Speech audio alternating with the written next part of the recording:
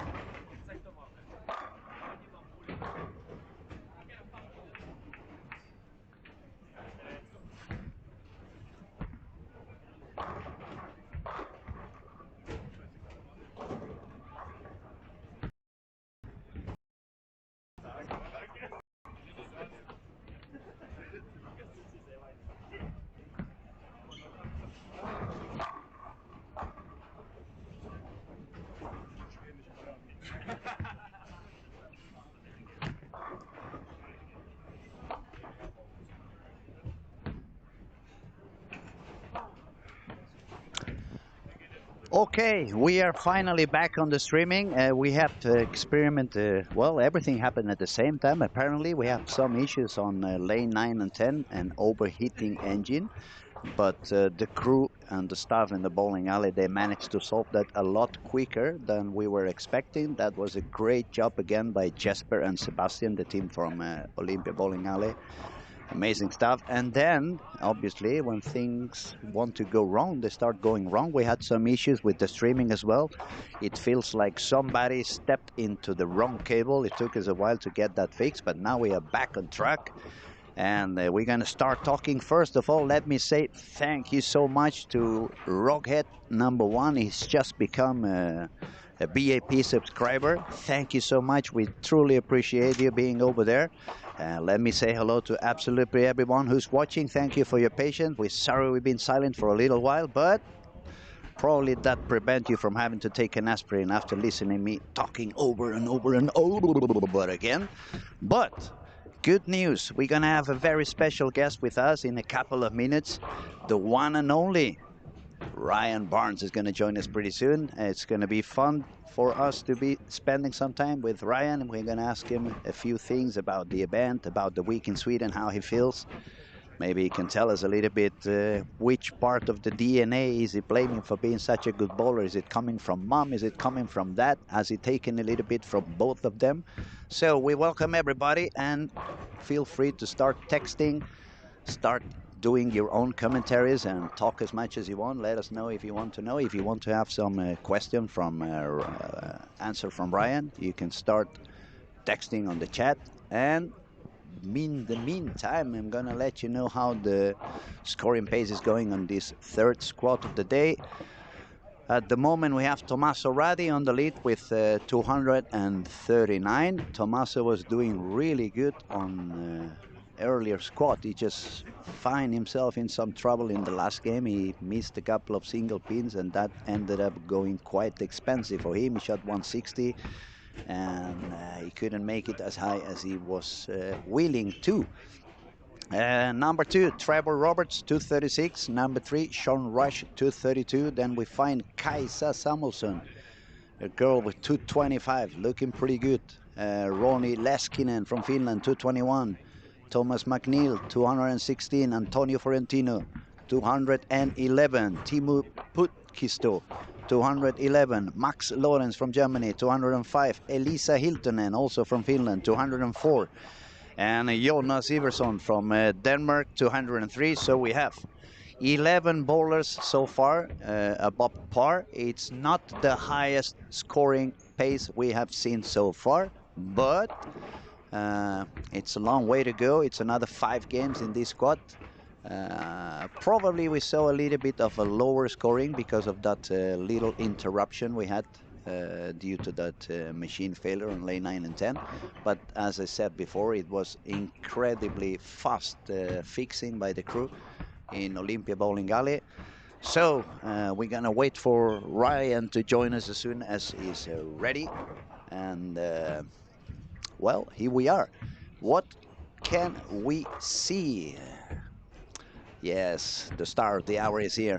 Ryan, nice to have you with us. It's a pleasure to be talking a little bit with you. I'm going to make a little bit of fun since you're here. Yeah, that's the way I do things. It's a big pleasure. It's a big pleasure. I have to say, this last year, due to my back problems, I haven't been able to bowl so much. So Sorry. no worries, no worries. I have a lot of games in my bag, and probably I'm gonna get back on track pretty soon. I actually told Martin I'm gonna do my best to make sure that I bowl this event next year. So I have 12 months You have a to goal. Yeah. 12 months to prepare myself for these tricky situations. But what I wanted to say, I do have a lot of fun every time I want to see something about any of the new releases on Storm, since I couldn't bowl myself. Usually I do the reviews on my own channel, especially for the Latin speakers and Spanish people. But now when I wanted to know something about the bowling ball, I really spent a lot of time watching your reviews with Really? with your That's dad. awesome, Yeah, it man. was very funny. I had a lot of fun, and Some of the times it's like I see when your dad tells you a few things about, your Yeah. dad is old school, the same for me. So sometimes when he says something, it's like I I have try the to, same yeah, picture. I, yeah. I think that I feel I'm thinking the same way. So it's very fun and really entertaining channel. So Okay. I'm gonna ask you to keep on going with that Of channel. course. I'm a real big fan of that YouTube channel. If anyone over there has not seen it yet, it's Beef and Barnsey, Beef and isn't it? Barnsey, and then I also have my own channel, Barnsey Bowling. So I don't know that one. yeah, I haven't followed that one yeah. yet. You Then might need to check that one out. I have something else to look forward as soon as I'm back home. Definitely. But since you're here, let us know a little bit. How are you feeling?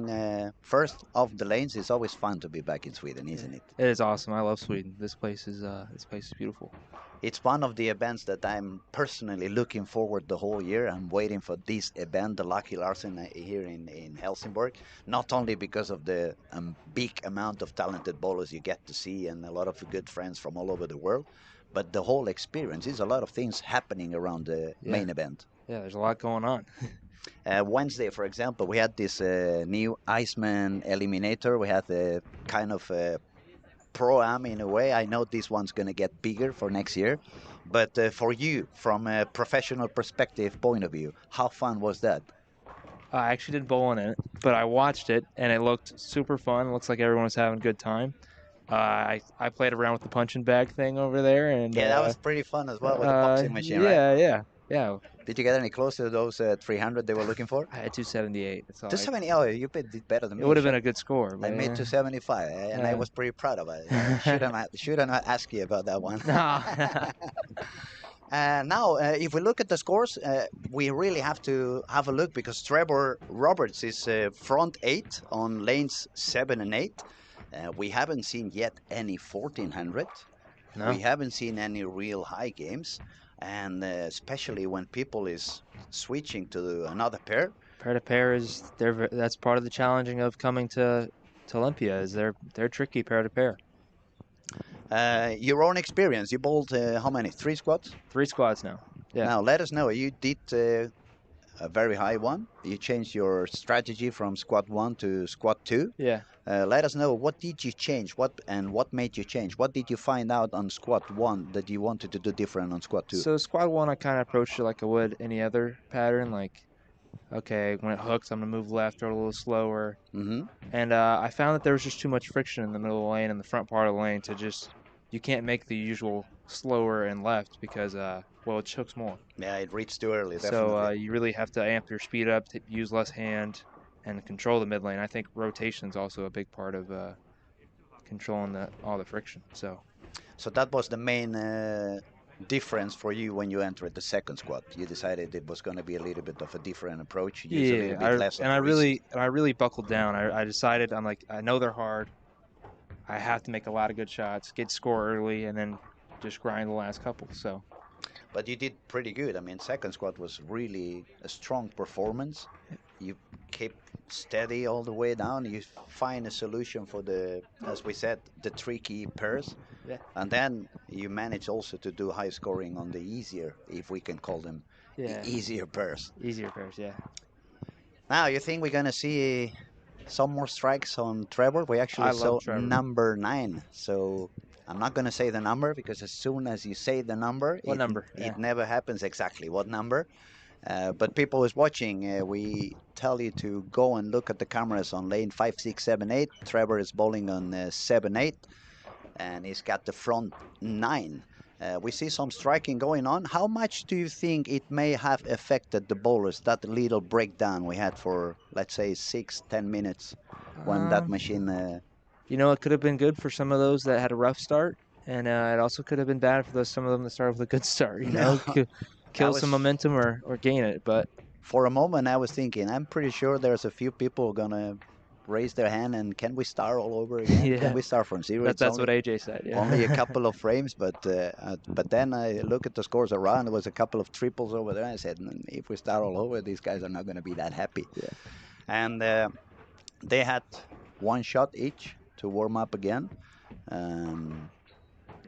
You think it was a good idea to try to make like a warm-up shot, or maybe use that shot to do a little bit of extra pushing on the inside since I you have mean, that extra I shot? don't think anyone used it that way, but it probably would have been a good idea.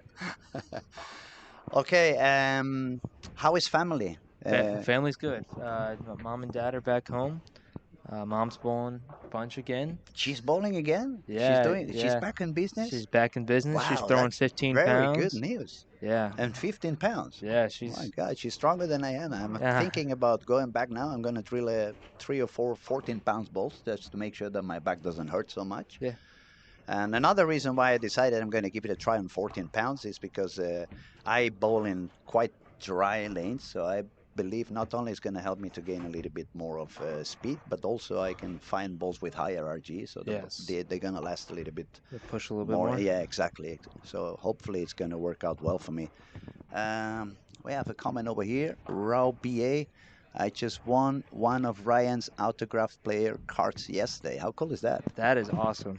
I actually just started seeing them, but like I think it's sweet. If you guys get one, make sure to like message me on Instagram or something and send me a picture of it. And make sure to follow that YouTube channel. Yeah, exactly. You're gonna do a lot of fun stuff, or is Yeah, it gonna be serious? I do a lot of fun stuff on my channel. I bowl matches. I do fun things. We have League Night series with Kevin Williams. Oh, that's and lovely. It's super goofy, but yeah.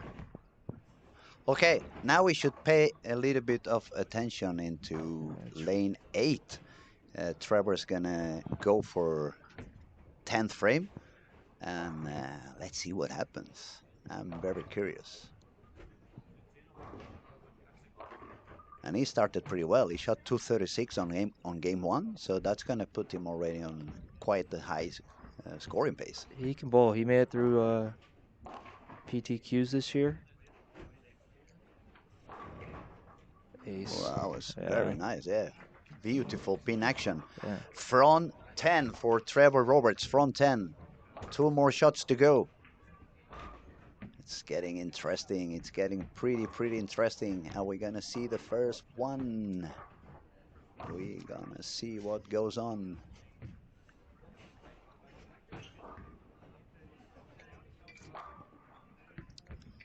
It's a little bit of moment of silence. We want to pay good attention to what goes on.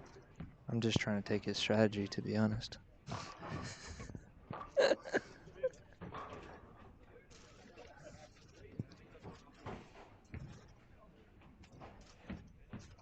Looks like a shiny big ball in his hand. There he goes. Standing on the approach. Visualizing what he's going to do.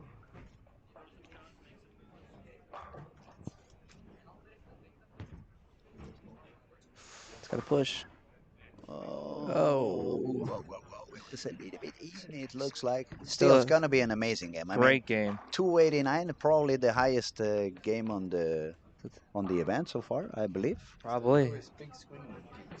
Yeah, that's true. We had to... Hold on a second. You know what? I just have a thing to add here. Trevor Roberts, he was really would like to bowl this squad, but he was the first one out. And then in the last minute, he got the spot. He got the spot. Talking about taking advantage of it, huh?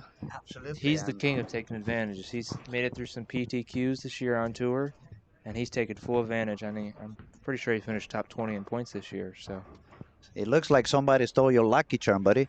I used it all. Okay, amazing score for Trevor after two, 525. That's for sure the highest score we have seen in 2 games during the whole event. I'm not going to say anything about reaching that barrier of the 1 and the 4 because every time I open my mouth, they struggle a lot. And usually what I've been seeing on games 3 and 4, people is having a lot of issues. I've been talking here the whole week. I've seen a bunch of guys having 460, 470, 480. And then when they get to game 3, all of a sudden, the 170, the 160 shows up and it goes like boom in your face. yeah. Why you think that's happening, Ryan? Just the way the lands transition, they require a pretty big move at those games 2, 3, 4, and they're not very close pair to pair most of the time. And that is, I believe, also has to do maybe sometimes with a little bit of don't wanting to take too much of a risk. And let me explain. For example, you got 80 over, you know the cut's going to be somewhere around 100, 110 maybe. And it's like, oh, this lane is a little bit different. You know what? Let's play safe. Let's do small adjustments. And actually what's happening is in this format, in this event You today, actually need. you need big moves. You need Yeah. to be drastic. You cannot be playing the safe card. On the contrary, it's not going to pay out. No, you gotta be aggressive. We are ending this game number 2. We're gonna wait a little bit on the until we can refresh the scores and see how many people is doing okay over there. And we're gonna use that time to talk a little bit about the Storm Bowling Balls equipment. It looks like this new Ion Pro Solid. It's looking quite versatile. I see them using from fresh to pretty much the end of the squad. It's usable basically any time it appears. I think it's a great ball. People are. I didn't bring one with me unfortunately, but I might have to go drill one. So Yeah, it looks quite good. It looks like one of those balls. Not so much a phase 2 substitution, but no. it kind of adjusts more into what we are looking for nowadays. Yeah, I think it is. Phase 2 is.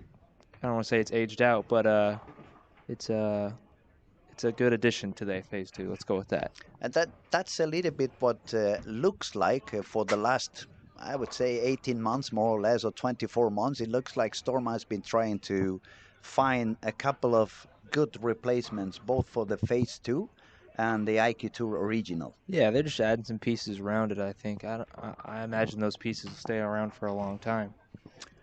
Let me tell you, I still love the IQ2 original. It's one of the balls. It's always in my bag. It's no one. matter It's what. one of those ones. It's amazing, and for example, for me, that when I bowl in the south of Europe, obviously this year I haven't bowled at all because of my back. But the last couple of years when I bowled in the south of Europe, the patterns we bowl on, they are always with a lot of friction on the corners.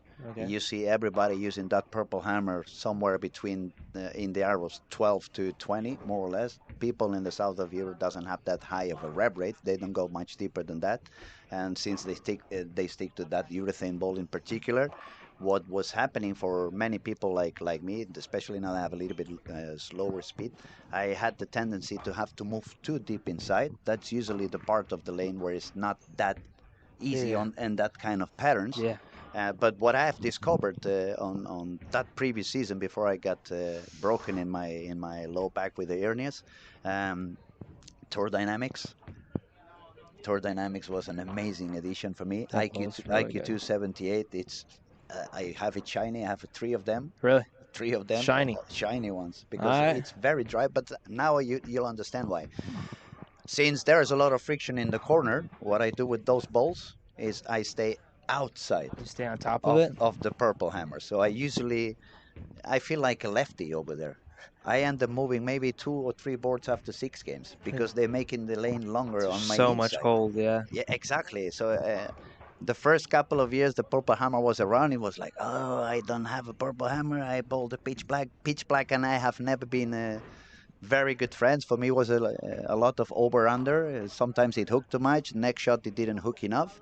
So the IQ 78 kind of clicked something in my brain. Tour Dynamics was a great addition, so I can bowl IQ 78, then move to the Tour Dynamics, and by the end of the squad, I used the IQ original. Yeah. So I'm very happy. Now, actually, everybody's complaining that the European Federation decided that they can carry on with that purple hammer. But for me, it's like, okay, it's good for me. You keep putting those patterns. I'm just going to stay on the outside and Yeah. going to bowl old school, Walter Ray style. A Yeah, little bit, Walter Ray. lower reps, just go for it and use them as a hold on my left side. So we are entering game 2. We see some people fighting for it. Some people are. AJ Johnson, for example, he's struggling a lot. He's been fighting. He found on the previous squad he started really high, but then he hit the wall on games 3 and 4. Did he? Yeah, he shot 158, 140 something out of nowhere, but he had 88 over or 80 something over after 2. But that is one of the things we see with many people. They have a lot of problems on games 3 and 4. Scoring is back on refreshing. Now we have only 9 bowlers above par, so this squad is not paying out very high. But the leader is really up there in a league of his own. Trevor, 525. Then we go down to Tommaso from Italy, 461. Little breakdown again, a little step down for Mark Patrick from England, 428. Then we have 418, 417. That's Kaisa. That's a girl from Sweden. Somehow this pattern is quite difficult for the girls, isn't it? Yeah, the super high friction along with all the rev rate that the guys bring doesn't benefit them, especially since they're usually lower ball speed to begin with. So you can see them scoring quite high on the first couple of games, and then they hit that traffic. They hit all that. They don't have enough hand to move so much deeper, but then when they stay in the middle of the traffic, you can see their ball is reading way too early, and it's super difficult. I mean, they have no room either side. Yeah. If a girl makes the cut, I mean, props to them, because that means they work their butt off. Yeah, absolutely. Now, tricky question. What do you think your mom would try to do on this particular pattern? What would her solution be? Her solution? She might go out and try to play the gutter, or she's going to try and stand. She'll move. She's a good bowler. She's going to, you know. Oh, I know. She's going to play 16 on the fresh to 10. She's going to jam it in there. She's not going to miss her target. She's going to shoot 210 a lot, 2-0 a lot. That's what she does. Let me tell you, she's amazing. She was one of those bowlers when I was in World Championships and she was bowling. She was one of those bowlers I stood in the bowling alley to see her perform. Yeah. Because she was an inspiration in a way. I mean, it's still so fun to watch. Like, she just doesn't miss her target. It's incredible. It's crazy, isn't it? Yeah. Automatic. They just she took 4 years off and then came right back in, and she's same game. It's autopilot in a way, like on the plane. She just presses the autopilot and keeps going, keeps going. And I'm hoping you are gonna let her do something else on that Bevan Barnson than just holding the camera. Oh yeah, she gets on there all the time. She's been holding the camera, and sometimes I have a lot of fun by listening to what she says. Also, I bowl her on my channel quite a bit. See, I haven't been on that you're channel. missing out. I'm gonna have to do that tonight. So I'm gonna go to sleep and watching some of those videos later on. And then I promise you that. There's a couple good ones. So I can do some bitching tomorrow. We have some people over here asking. Let's say Jimmy Bones. I don't mean to hijack the combo. What are you doing to help with the herniation? I slipped the disc in November, still having issues today with herniation from that, still have pain in the left leg doing. The doctors have told me that every hernia is very particular, that everyone has a different perspective and a different solution. I was told that they couldn't do surgery on me. So what I've been doing is a lot of rehab. Actually, I've been working a lot to try to get bigger muscles. You're going to have to help me. How you call that muscle? Your hamstrings. Hamstrings and the bottom. They told me I need to really make a lot of muscles on that. And then, funny story, in my youth, I always made fun of bald people. Oh. Now I'm bald. I used to do a lot karma. Karma, 100%. And that's why I said that on the beginning, because about 10 years ago, it became very popular that people started walking on the city with those long sticks. Yeah. You know, like if they were on the snow up in the mountain. Yeah. But they do it on the city. And every time I walked on the street and I crossed paths with one of those, I was like, hey, what the fuck are you doing with those sticks in the middle of the city? Like, go to the mountain. Okay, the last doctor that was one of the biggest or best doctors in south of Europe of the column, guess what he recommended me? Yeah, you have to go out and walk at least 1 hour every day with those stickers. You need to start making fun of like people that like win titles or something, because then you maybe that should be the good karma, you know. But so Jimmy, what I would recommend, depending on your situation, try to get stronger legs, try to get a stronger bottom. And especially do a lot of walking with those sticks. I must say it has helped me a lot. It made my again, Ryan, I need your help. What's this muscle called? Shoulder.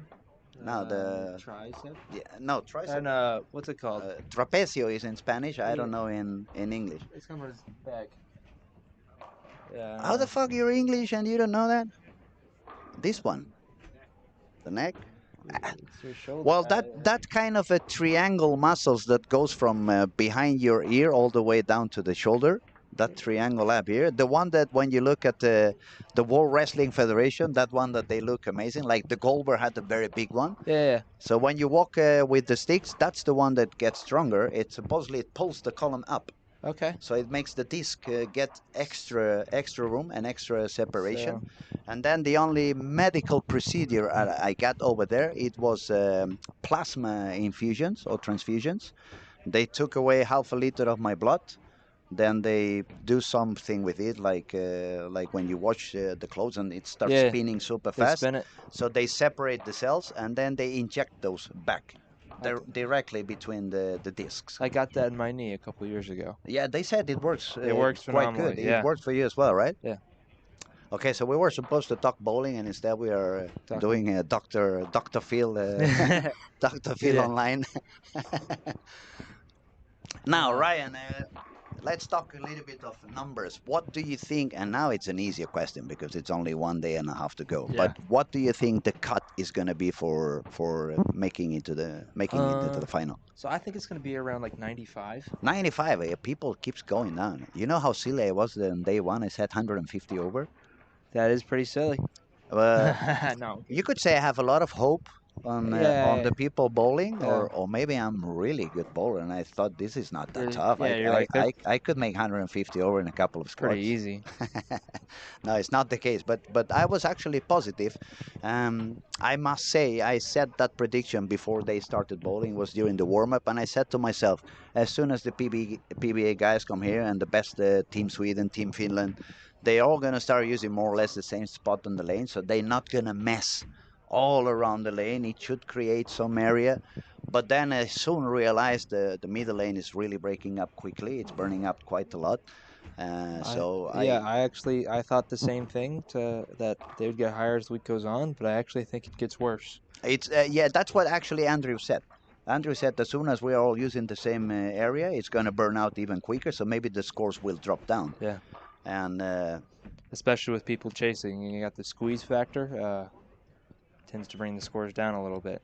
Absolutely. Now, since I have you here, and you're one of the most talented young bowlers out there, especially in the two-handed zone, any tips you want to give to the amateurs bowling watching worldwide and who are now following us? What would you tell them to practice when they go back home? What kind of things you require as a real professional bowler? Not a Monday night league, not a Thursday night league, but when you put yourself on sport patterns.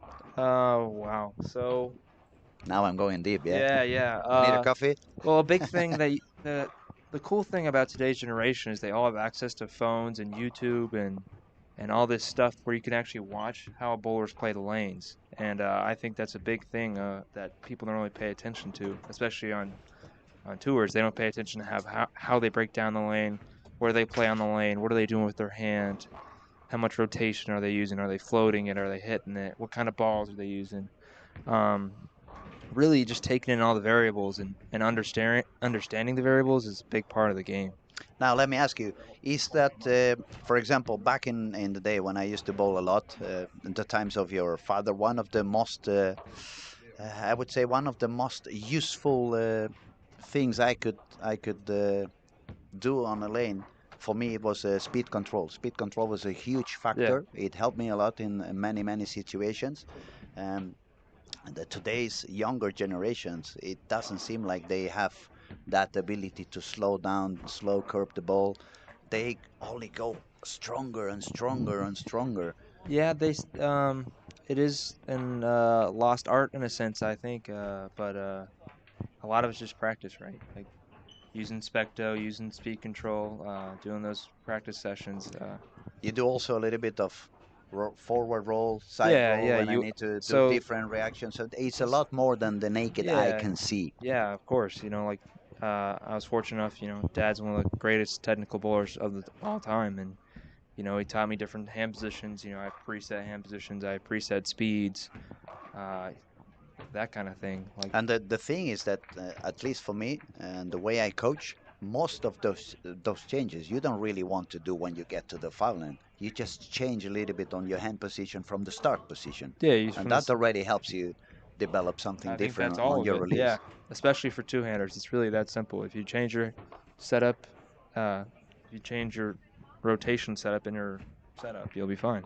So it's important that we explain that for, as I said, it's a lot of people listening, it's a lot of people following this event, and it's nice that we have big names over here letting us know your secrets, letting us know how you see the game, mean, how you strategy everything. I'm not giving away the secrets. You still got to work it, but you No, know, absolutely. Yeah, I mean, yeah. we can tell you this is how we do it, but then it's your own job to go back home and in your own bowling alley and spend some hours over there Yeah. mastering all those things.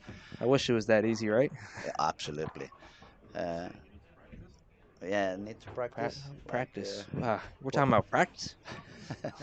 what about sparring? Why is sparring so Oh, so big issue for today's bowlers? sparing is, man. If I think we're pretty spoiled with lane talk. I actually use those stats quite a bit, and looked at it after I got done with tour, and just realized how many pins you give up when you're 2% less, you're 5% less. I mean, it's really something I've worked on already this off season. Is I need to be better at spares. I'm giving up too many pins. I know I can strike, but you need to get like spares are so.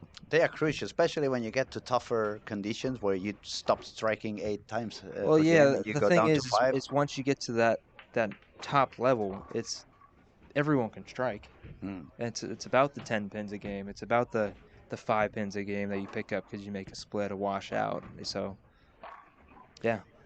Now, before we go into the scoring and what's really happening, I think it's a wonderful, wonderful thing that you spend some time over the online so people get to know you a little bit better, not only as a bowler, but the person. So tell us a little bit about your own life. Any other sports you enjoy watching? Any other sports you like practicing on your own? Yeah, so I was a big basketball player. You played basketball as well? basketball Oh, that's until cool. I graduated high school. I was a big baseball guy. Played football. I played soccer. So you did pretty much a Yeah. bunch of things. Yeah, I took up golf once I got to college. I love golf now. Which one was, in which one you were better? I would have to say I ended up being a better basketball player, but I probably could have been a better baseball player. Okay, now I'm going to tell you, not this week because we're not going to have the time, and especially in Sweden, I don't think basketball is that big, so I Yeah. don't think we're going to find any basketball course nearby. Oh, there's one down by the beach. I saw it. Is there one? Yeah, down the shoreline. Oh, don't tell me that. I'm gonna tell you, I was Nah, really good at basketball. You know who I played with? Sir, heal up on that back first. It's good enough. It's good enough. I don't want to take you out forever. I'm gonna let you say one name. For you, it's gonna be easy because you're an American guy. I don't think you know that many Spanish basketball players, so probably the one you may remember. I played basket with him when I was a young one. So Like from say a Spain? name. Yes, Marcus Hall?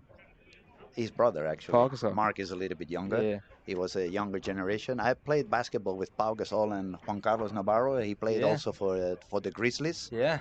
And I was the good one actually. Really? Yeah, I just was a little bit too short, and unfortunately back then in the Sadly, I understand. I'm pretty sure. And even I could jump a lot. I could dunk. Yeah? Yeah, I Oh, did. dang. I did. I had. It helps. I had a big. Big vertical. Yeah, really, really high. Not anymore, obviously. Last time I was on a basketball court, I tried to grab myself on the ring and I touched it, but I couldn't even hold myself over there. Age is not a fun thing. Aging is really Father annoying. time. But this is gonna be like something we have to do. We have a basketball match at some point next time we meet. Next time you're healthy. Next time I'm healthy, We'll get after it. I'm gonna go for it, and I'm not gonna say we're gonna bowl because then you're gonna kick my ass. But on basketball, I'm pretty confident I can destroy you. Oh, that's so cute. It really is. It really is. Christian Jonas. I played with some high-level basketball guys. Who do you play with? Let me know. Do you know who Jalen Wilson is? Hmm? I played with him. Really? Yeah, That's cool. He was in my high school. Davion Harmon. Nice. He's in the Knicks G League. I played with. My whole team was 6'5" plus. Yeah, that's the issue, right? And I was 5'10", 5'9". So I kept telling them, but look at Spud Webb. He was shorter than I was. But yeah, no, you know, it didn't work. it's like the new generation of bowling. It's all there isn't going to be a 150 rev rate out there, you know? Actually, I went back to bowling for serious because the coach in the Barcelona team, he told me, "You're very good, but we're gonna send you away a couple of seasons to another team, and we're gonna wait to see if you grow up a little bit." I was not going to grow up, and I was making a lot more money in bowling than I was doing as a basketball Yeah. young player. So I said, you know what? Middle finger. I'm going to bowling. I'm making money every weekend, Give me that money. and I gave away. But I was too young because then when I saw the amount of money that Pau has made in his career, I was like, God damn it! I should have stayed playing basketball. Played the wrong game if you're looking for Played money. the wrong game. Absolutely, absolutely. Um, so, music. What's your favorite music? Oh, I listen to a little bit of everything, country, hip hop, you know, R&B. So I don't really have a favorite, I wouldn't say. What did you think about the house music I was playing on Wednesdays? You Not know, your style. The young I, ones, you're not into that I didn't like it electronic at stuff. all. I know. I'm just kidding. No, No, it was but great. We made eye contact at one point. We were. I remember, Yeah, yeah, yeah, that I yeah. was playing that song. It Come was on. Gregory Porter, Yeah, Liquid Spirit. That yeah. one I saw you were enjoying up there. But let me tell you, there was a girl. I'm not sure her name. I think it's Melissa Mehmet. She was the girlfriend on Carl Eklund. You know Carl, obviously. Yeah, I know Carl. She was the girlfriend for like a year and a half. They were together. Maybe, Oh, okay. maybe that. No, it I doesn't don't. matter. I was playing in the They're a little DJ younger. booth. Everybody was having kind of fun, and she was sitting right on the bar desk. And I felt like she looked sleepy. So I asked her, "What's wrong with you? Are you tired?" And you know what she said? It's the music. I hate it. It's my generation. We hate this music. It's not good. Why don't you play something better? Play some Rihanna. Play some That's where you should. That's Kesha. where you go. There's the door.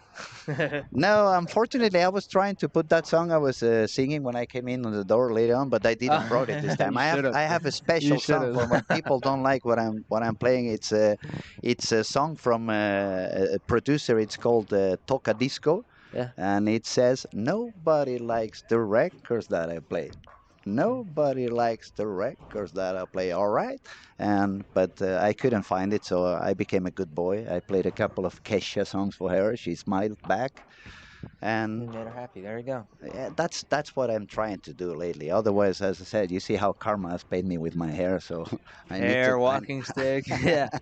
I need to do things in a way that's not gonna kick me back that quickly. We have some people talking. Robbie A says practice. Like, what's What practice? is practice? Who the hell wants to practice?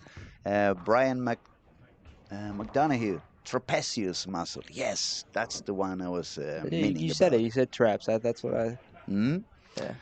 Then we have Lobomi. He was giving quite beautiful stats the other day. He's following all these lane talk stats. He was giving us the average game after game after game. And even if I've been talking all week long, then that game 3 and game 4 was going down a lot. When he sent the stats, it was pretty steady. I think Right. the highest game was 186 overall, and the lowest one was about 183. So it wasn't really going that crazy. Now he's telling us. Let me see. Before this squad, there has been 22 players that had 460 or higher in the first 2 games, but none managed to have a third game better than their average. See what I was talking? And then he says only Nathan Joe had the 237 gain after opening with 488. Second closest was actually Ryan with 223 after opening 471. He survived that crazy wall. I made a stat. Let's go. Thank you, Lobo. To me, it's always nice that see you keep having this stats on you. It's through Lane Talk, right? That you're getting us all those stats. He's probably just making them up. No, I'm kidding. Then we have Bubble Bass over there. It may be Dillian Francis one. I think it proves the DJ Tocadisco one. Yeah, Tocadisco. It's a funny guy. Trevor Roberts is looking to break your stat right here. He needs a double to do it, but Where's Trevor at the moment? I lost. he's top right and bottom right. Yeah, that's true. Let's go back to bowling for a little while. Trevor is on lanes 11 and 12. He's got the 9 spare triple, 9 miss, 9 spare strike. If he strikes out, it's going to be on 236, which is going to be quite a high game actually. Tommaso, the guy from Italy. Let me try to find him. As you see, it's not that easy to find bowlers around. Tomas is down there. Man, you had speedy eyes. Where? You know, I played basketball there. Yeah. Magic Ryan Barnes is on the. Maybe you're like. What? No. What was one of the coolest and funniest basketball players I can remember? Jason Williams, Yeah. the white guy. Yeah, the white chocolate. White chocolate. I still remember that pass when he passed the ball on the back and did it with the elbow. That was famous pass. That was incredible. I read somewhere that his father made him practice with gloves on, so he would be, Really? bouncing the ball all day long with a couple of gloves on. And he said that was the reason why he had such a good strong feel with the grip, ball. yeah. Yeah. Makes sense. But okay, let's see. Tommaso. Ooh, Tommaso. It's on lane 3, 143. That is hitting the wall definitely on game 3. Tommaso is definitely making the stats going even wilder than they were. If we see the overall scoring, 570, 560, 530, 580, 540, 580, 537, 537. Good friends over there. 576 for Sloan, 574, 500 with the triple. It looks like the scoring pace is certainly dropping. Yeah, it's other than you got Richie Teese who's got 240 out, and Tomas. Tobias Birding in 13 and 14 is doing some strikes. Yeah, this squad is not. I'm gonna have to give up and go a lot lower. Probably the cut is gonna be somewhere around the hundreds at the end. You said 95, right? 95 is my guess. We're gonna have to write that down. I think there's a couple of people stacked up at that number.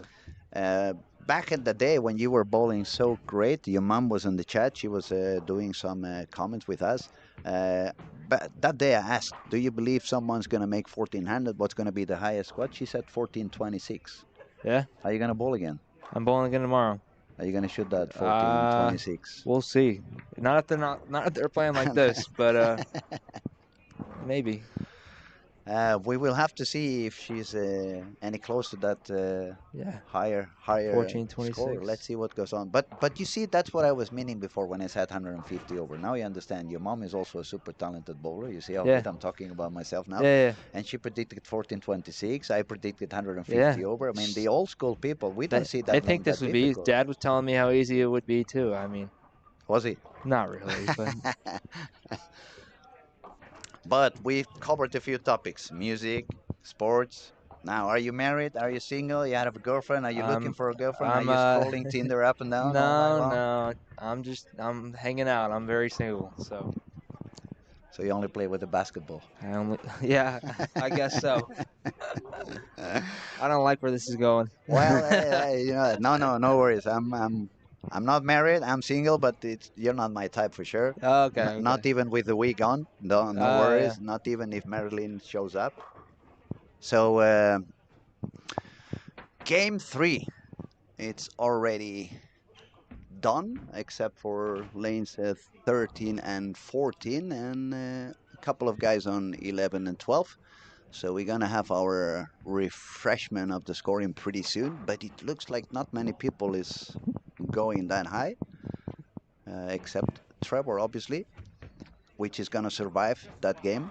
If that is the low game, it's a good low game. It's pretty good, right? 206. 216 left. Could be 216 if it doubles or if it triples on the 10th.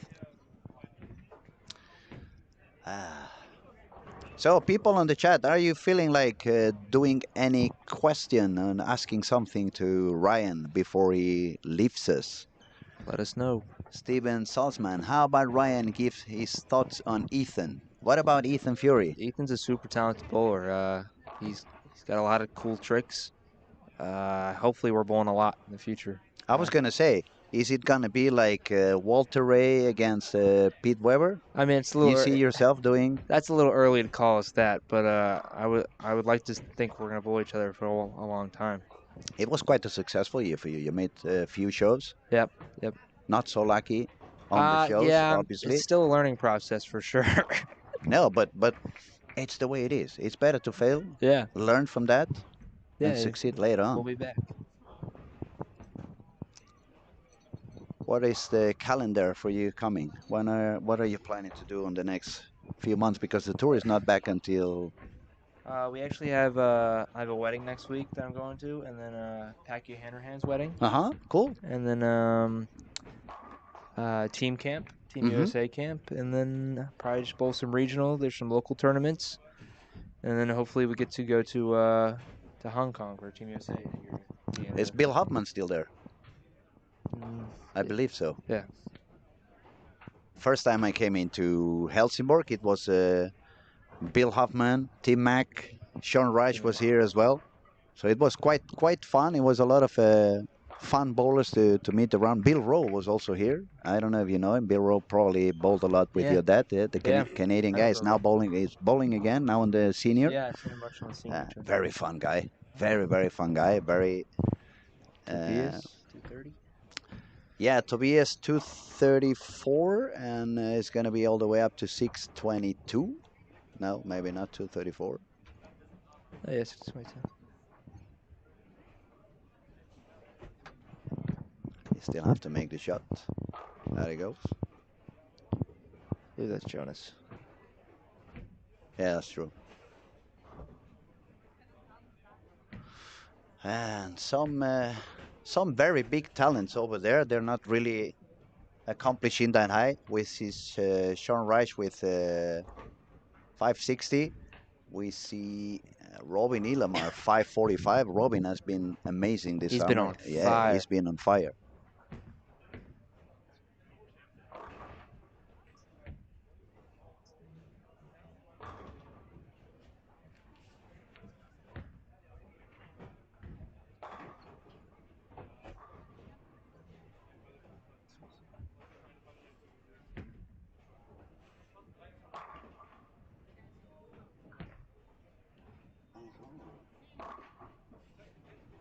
Okay, they're giving me some information. Obviously, there are so many events and so many bowlers on worldwide that one doesn't really know. This German guy, Tobias Bording, he just shot 234. He was on the World Cup in 2014. He was. He played the final against your dad. Yeah. So, did you know that? I didn't know that. I just knew I've seen him a bunch. So your dad and his dad were facing each other. Now you're facing him. Yeah. It's the new generation. And it's fun how history goes on. It's so many second generation bowlers showing up the talent, and we can blame it on the genes. Yeah, right? Yeah. You have a great comb over there. I mean, yeah, mom and dad are okay. Chris and Linda, it's like, wow. Who wouldn't want to have those genes? Actually, if you were not bowling good, there would be a lot of, well, you could go to the basketball and blame it on the boogie. Yeah, exactly. Okay, there we go. Lobotomy says, Ryan, before you start the approach, you have your left hand in one position on the ball. During the approach, you shift that hand significantly.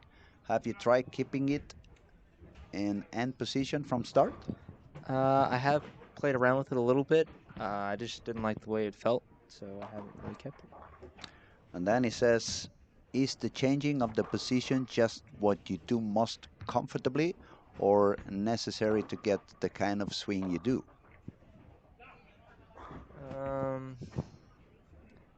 I think it's comfortability mostly. You can achieve the same swing with the hand starting in the same spot, I believe.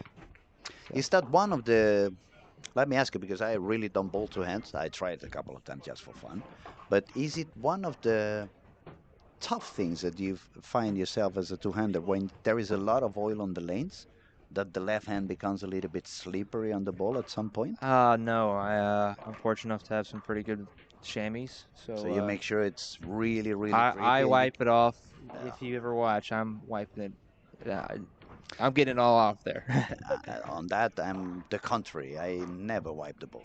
Yeah, one-hander, you know. One-hander, yeah. My thumb does everything for me. And that's why I only have like 300 reps when I try my best. I think it hooks a little less when you don't wipe it off, so...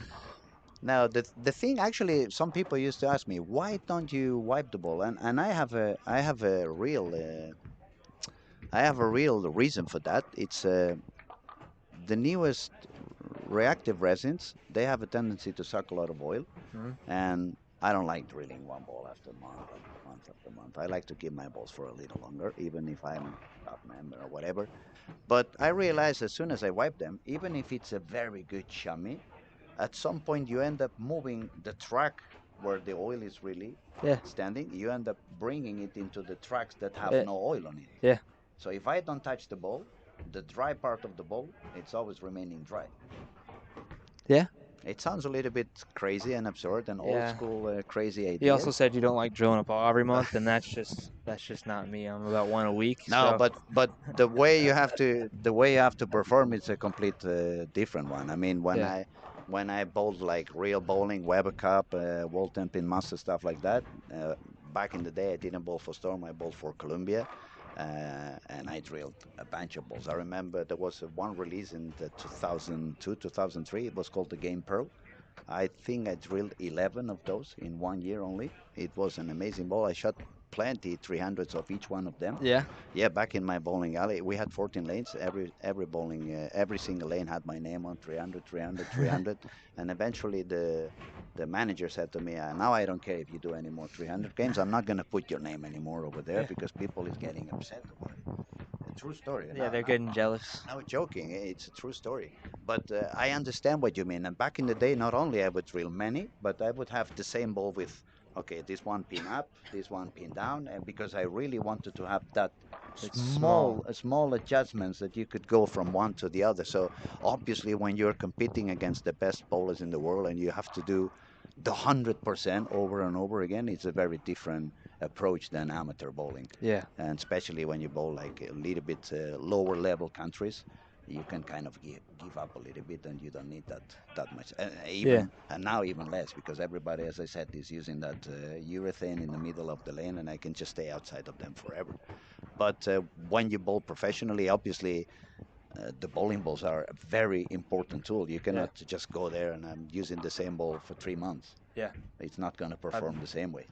It's another thing I've been experimenting a lot with this off season is trying to figure out some layouts that make them do a little bit different things. Now, what do you think about the 2LS system? It seems to me like it's working very good for those two-handeds who really over-grip a lot and they have that super high track.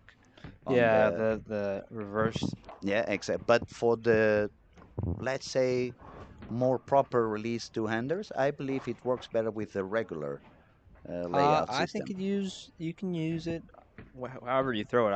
I have a pretty normal track, right? Mhm. And I use it pretty religiously. So I think it's all about finding which layout works for you and kind of micromanaging the numbers a little bit. You don't want to. You don't need anything crazy, right? You just you're looking for little tweaks here and there, looking for a ball to stand up a little earlier, pick up a little sooner, flare a little more. It really depends what you're bowling on, sadly. But yeah, I understand, obviously. Now, when you bowl on the tour, do you have like any ball that you have like duplicated on your back? Like So this one I really like, and I'm gonna have, like I said before, I was doing with the Columbia when I bowl Yeah. for them, like this one pin up, this one pin down. So it's a very small difference between them. Yeah, so my go-to ball for that actually was the Optimum Idol, Mm-hmm. the solid. I have a tall one that I really like, and I have a down one that I used a little earlier to create the smoother shape. Mhm. And then once they developed, I would just go to that. I made two or three shows throwing that ball. So That's cool. That's Yeah. cool. Ryan, it's a lovely time we are spending together. I know you guys are here for the main event, besides all the fun and things Yeah. that are happening. So whenever you feel like, okay, it's time for me to go out, because I know you get a lot more information from what goes on the lanes if you see it live than if you see it on a screen. I actually like seeing it on the screen, but yeah, live's cool too. What I'm trying to say is don't feel obligated to stay any longer. Whenever you feel like, okay, I'm tired, and in a polite way. I mean, if you want to kick me out, just kick me out. No, you know? no, on the contrary. No. Since we cannot play basketball on the room and we don't have anybody to record it, or maybe Magnus could take some video, but it's going to happen at some point. It's going to be a lot of elbow going on and. Yeah. For sure. Play for sure. dirty. Yeah, that's what the old people do against the young ones. We have to use all the dirty tricks and step on your foot when you try to jump and stuff like that. Yeah, yeah. What about Trevor? He's still got it going. He's still doing like crazy, right? He's Yeah. got 7 spare triple. He's now bowling on lane 15 and 16, and we are on game 4. And if we look at the rankings, we have Trevor with 739, which is a pretty high score. Then it's a big jump down, 90 pins to second place in the squad, which is Timu Put. Oh, this one is going to be hard. Timu Putkisto from Finland, 645. Then we have Mark Patrick with 29 over. Tobias, we were talking about him just a few minutes ago, 629. Oh, look at that, who we have over here. The one and only. And for me, I'm going to tell you, he's the GOAT. Yeah. Yeah, for me, I'm a one-hander. What am I Yeah, going to say? yeah, and I respect it. Walter Ray Williams is on the chat. Walter Ray, nice to have you here with us. Let me read what you say. Is it possible to add the commentator's name to the video feed? We have been trying to work on that. Unfortunately, today we had a little bit of technical issues, but we are really working on that. We're going to try to do that. Then Walter Ray says, I very seldom wipe the oil off of the ball, but when I bowl two-handed, I would wipe the oil off where my left hand would be on the ball so it doesn't slip off. But I think the kids go overboard. It's probably fair. What are we going to say, Walter? We cannot say no to any of the things you say. But how cool is that for everybody who's watching? I'm sitting with Ryan Barnes over here. We have Walter Ray on the chat. Amazing. It's pretty cool. It's becoming successful. Walter, what do you think, since you're watching, what can you tell us? What would your approach be in this particular pattern if you have been watching for a little while? What would you do? Would you go two hands and go deep inside, or would you go for your one hand where your accuracy? He'd be throwing it right to left, up the gutter, 100, destroying them. He'd have your 1426 for sure. He would do the 1420. I would bet on that. If not, we could go. What's it called? Horseshoe. Horseshoe. Yeah. Horseshoe. We want no part of him in that.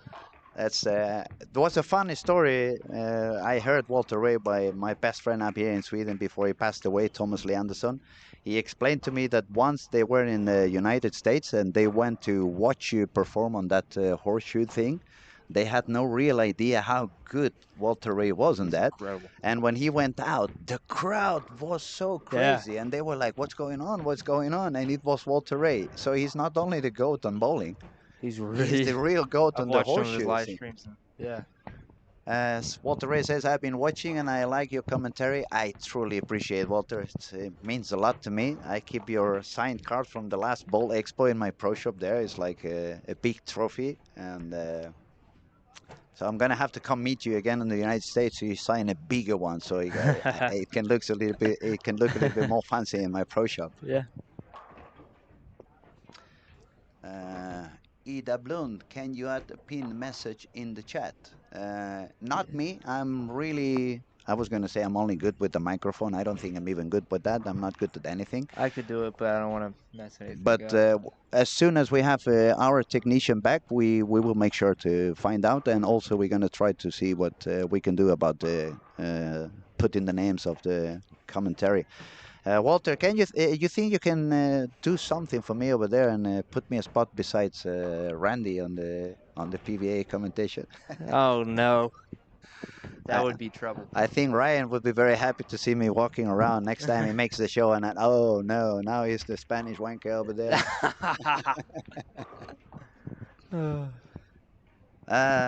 Joy Bowler, great channel and great tournament. Well, thank you, buddies. I think that's what we want to do, right? We all love the sport. We all love bowling. We are all rooting for the same outcome, same idea, same outcome. We want the sport to grow. Hopefully, someday we get the chance to become Olympics and really make that final step. But we're working on it, aren't we? That would be. Trevor, 7 spare, 4 in a row, 9 spare, looking pretty good, looking really solid. Solid. May we have the first 1400? We may. Also, what's her name? 9 spare 4-bagger.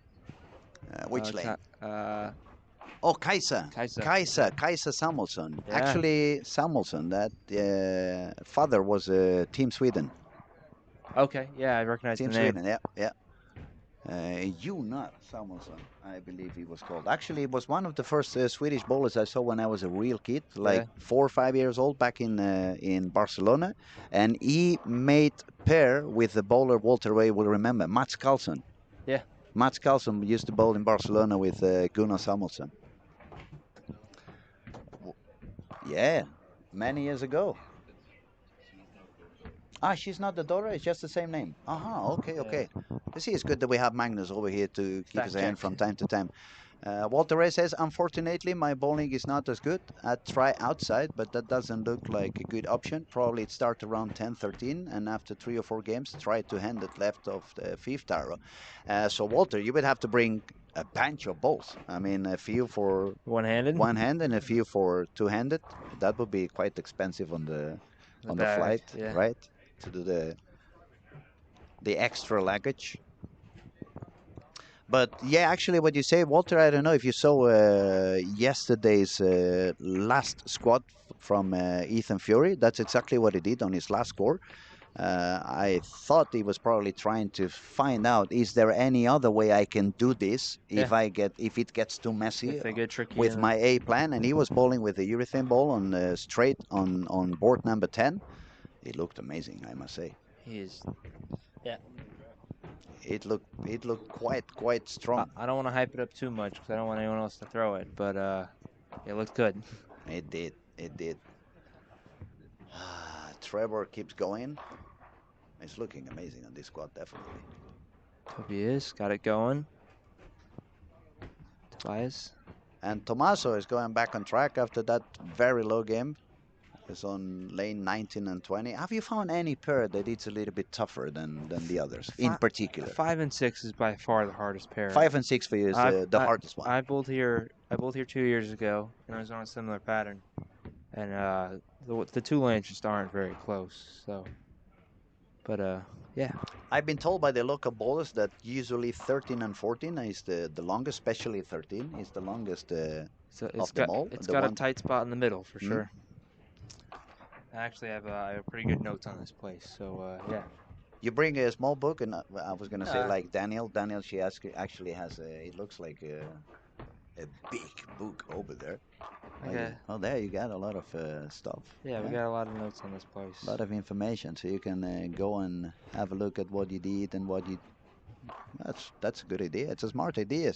It's another thing that we want the amateur bowlers to understand. Yeah. Why not get as much information from every place you bowl, especially if you know you're going to go back there? Especially because bowling centers aren't going anywhere. No, I was going to say the oil pattern may be different, but the topography, unless they do something with the bowling alley, it's going to remain like that.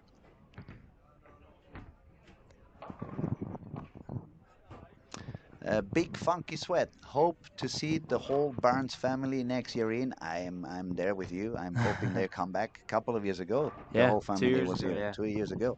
Now my question: what mental strategies do you use to stay focused and consistent during high pressure games? You know, it's gonna sound kind of cliche, but you really just want to stay in the moment. Focusing on your pre-shot routine is a big thing I do. You know, whether it's wiping the ball off the same amount of times, putting the chamois down, wiping your shoe twice, whatever it is, getting up there, wiggling on your hips, like that's kind of what my dad does. And you really want to focus on your target break point. You want to eliminate the outside factors and just throw the ball, you know? Now, can I be a little bit of a bad boy? Can I be a little bit of an ass and start hitting our basketball match? Let's do it. You didn't do any of that on the TV shows, did you? Oh, no, I did. It's just I wasn't lined up for that. As you can see, Ryan is not only a very, very good bowler, but he takes things very good. Yeah. I mean, any other one, it would have turned into me like, okay, now I'm done. It's time for me to go outside. No, yeah. And he took it with a huge smile. So lovely. Walter Ray is talking back. He says, in my first win, I beat Mats in the first game of step ladder with clutch crossover, and then beat 3 left-handers for my first title in 1986. Wow, I didn't know that. So you actually bowled against Mats over there. Actually, Mats was my first coach, I would say. When I came, I was invited to come up to Sweden when I was 15. Um, Back in Spain, there was zero knowledge about bowling, so I was just shooting. You remember Butch Supper? Yeah, but yeah, Super straight, yeah, super high yeah, speed. yeah. It was a little bit. That was my technique. But back at the day, I was very accurate, but I had zero technique. And some of the Swedish guys said, hey, for being a bowler in Barcelona, you look pretty good, but if you keep bowling like that, you will never do anything. So we invite you to come up to Sweden for a couple of weeks. We will teach you a little bit about timing, and it was an old Swedish school, like let the ball go, let the ball do the job. Yeah. Uh, they changed my technique upside down. And the funny thing is, when I went back to Spain, everybody was mesmerized, like, "Wow, you Look make it!" amazing. But for me, the feeling, there was not many cameras back then, no phones Yeah, at so all, you so I can't. didn't see what I was doing. I only felt what I was doing, and in my brain, it was like, I don't like it. It's different, yeah. I feel like a girl. My ball is so slow. I'm doing nothing to it, and but the funny thing, that bowling center, it was Thomas Leandersson, it was Mats Carlsen. It was Ulf Hemnes, the Norwegian coach. Yeah. He's also super talented, and so yeah, it's fun how the triangle ends up putting connections together. Bowling's a small world. We have another question over here. It says they don't use urethane. Well, it's not really a pattern where you want to throw the urethane. The middle lane is becoming very quick. It's quite drying up quickly. So if you grab the urethane, it's going to read even sooner. Yeah. No energy at all on the top of it, since the break point needs to be quite close to it's not going to give you any angle. It's going to become very weak. So the ball's going to read too early. It's not going to help you go long, and it's not going to give you any proper angle. So it's not going to give you any carry either. And even if some of the younger kids they try to do what they usually do in the European patterns, there's no use for the urethane over here. Ryan, I have another question over there. Is Ryan Barnes still bowling? You haven't retired yet, have you? I don't think so. I think I'm still going at it. Still a few years to go. I'm entering my older years. Are you going to sign for the senior right away? Get me a free entrance over there? Watch out, Walter. I'm coming. No, I am bowling tomorrow at noon, though. Third squad on the day? Is that the third squad? 5 o'clock is the third one. For you, noon is like 1? It's 12. 1 p.m.? 12 p.m. Oh, tomorrow is 1 hour earlier. Yeah, everything's early. My God. So I have to go to bed even sooner today if I want to make it. Is that what you're going to do? That means I'm going to have a little bit less time on your YouTube channel later on the night. Shall we talk about Trevor again? He just spared the split on the 9th. Yeah. Is on the way for a 237 if he triples on the 10th. And bowling with my college teammate, Keplinger. Shooting 248. So. I didn't know it was your college teammate. Yeah. It's quite a few American bowlers this There's year. A lot this year. How many of you are here? I believe there's, I want to say... a number, more or less. 15? 15 at least. Yeah, 10 or 15. At least. And some of them are pretty young, like Ernesto and stuff like that. Yeah? Which proves that this event is actually beyond a PBA title, because that's, I believe, is the main reason why you guys are here. You want to get that, for you it's going to be the first one. Yeah, that would be. See how I said it? It's going to be the first one. I'm giving you the... I love the way you said that. You're not going to beat me on basketball, though. I'm just going to let you take that one. Delusion's okay. It's okay, It comes with age. It comes with the age. Dementia is kicking hard.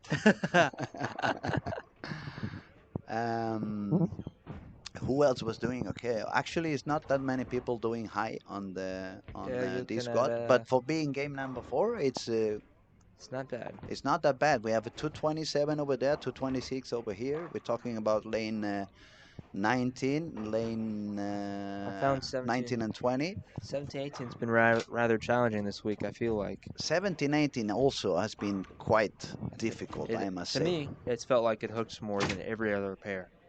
which is what makes it really challenging because you don't have that push in the mid lane. Mhm. And that probably is one of the mistakes we have witnessing very often on the youngest ones. They got so used to that urethane creeping motion that now they have a very hard time just letting letting like the you said ball go. earlier, letting the ball do the work. Oh, the clutch Brooklyn off the wall for Kaisa to shoot she can shoot 230 now. She really needs that because the female's top spot, it's only at 12:28. It's Nora Johansson on the second position. No, excuse me. 12:28 is the Finnish girl, the Pep. daughter of Sami. Pep. Pep. Yeah. Pepi. Yeah, there you Pepi go. Konsteri. Pepi Konsteri. It's so many names over there. I keep forgetting. You see, I told you dementia is coming quickly. I understand. And then the top score is Nora Johansson with 12:30 something. 12:34, I believe. We're just gonna make sure about what we're saying. We're just gonna have a quick look, so we let you know for sure. Yes, you were right. 12:34 for Nora Johansson, 12:28 for Pepi, and Kaisa. She made a double, so she's gonna be just six pins short to the par. So she needs a couple of high games, a full 40 coming in, and that would be enough. Trevor, he managed the double on the 10th. He's going to score again 230 something. Be 170 over. 237, 176 after 4 for Trevor Roberts. 1400 is coming. 1426, maybe your mom's right. Needs 450 the last two. Joe Bowler, Ryan's dad is one of my favorite players. Do you guys remember Jess Stayrook? Why is Dad your favorite player? It doesn't make sense. I don't remember Jess Stayrook. Maybe Walter Ray, if he's still in the house, he can let us know if he does remember Joey. Jess. And then we have Lobotomy, 24 players from United States, maybe around 15 from Tour, and the rest stuffers. Walter's got my back. I might be putting my money on Ryan in a basketball match. Walter Ray, I'm going to break your autograph as soon as I'm back home. Looks like a good representation from Florida, Walter Ray says. How cool is that? Walter Ray on the chat, Ryan Barnes on the chair, and the best DJ in town on the other chair. Everything's looking on fire. Yes, yeah, definitely. Ibiza is my kingdom. So whenever you want to have like a real crazy party, we have to go to Ibiza. Sit on the VIP room in Amnesia, so we can play along with Lamine Yamal and Ronaldinho and people like that. Oh yeah. You know, I played private parties at you know Gerard Piqué, the football player was the husband of Shakira. Yeah. I played in his house quite many times, private parties. Wow, so you used to be a big deal. No, okay. No, honestly. If I ever release, actually that's what's gonna happen. If I ever am in a real need for money, I'm gonna release the pictures that I have from those parties because I know all the He's got blackmail. all the yellow press is gonna pay a lot of money for those pictures. Walter Ray, yes, he remembers. Just won 4 or 5 national titles. So we have Steven Shazam just picked up 710 on TV. Which lane was that? We didn't see that. Oh, not here. Okay. I was gonna say in the past. what the heck happened? I believe Walter Ray did a couple of times as well. I believe. Wasn't it twice? I think. I think I heard somebody say, but it should be Randy because that's the only one I remember talking on PBA TV shows. Yeah. I remember, or I think I remember dementia, you know. So excuse me if I'm wrong, but I think he mentioned actually that Walter was the only one that picked it the 710 twice on TV. I believe there's been three players that have done it. Well, he can let us know. So we have another people talking. Two Hip says Jay Stayrook was a great lefty from Phoenix area. Not sure if he's still bowling.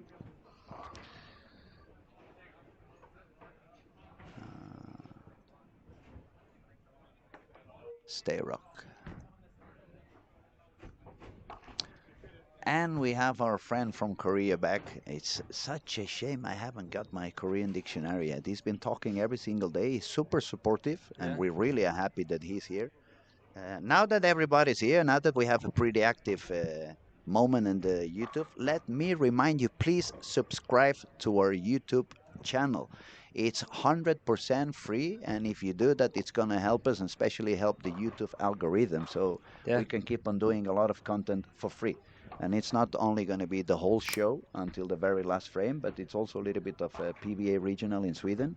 Yeah. And they're going to show a little bit of the Swedish National League, which it's It's quite awesome. quite electrifying, right? Yeah. So Jess was one of 4. Jess was original from San Diego. Okay.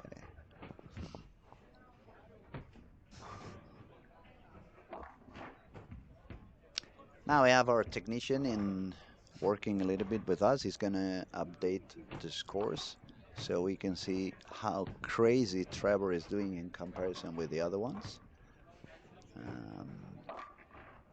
Gotta probably have a 100-pin lead, I would think. Looks that way. I mean, he's got 976 after 4. I believe it's the highest score we have seen so far in the event after 4 games.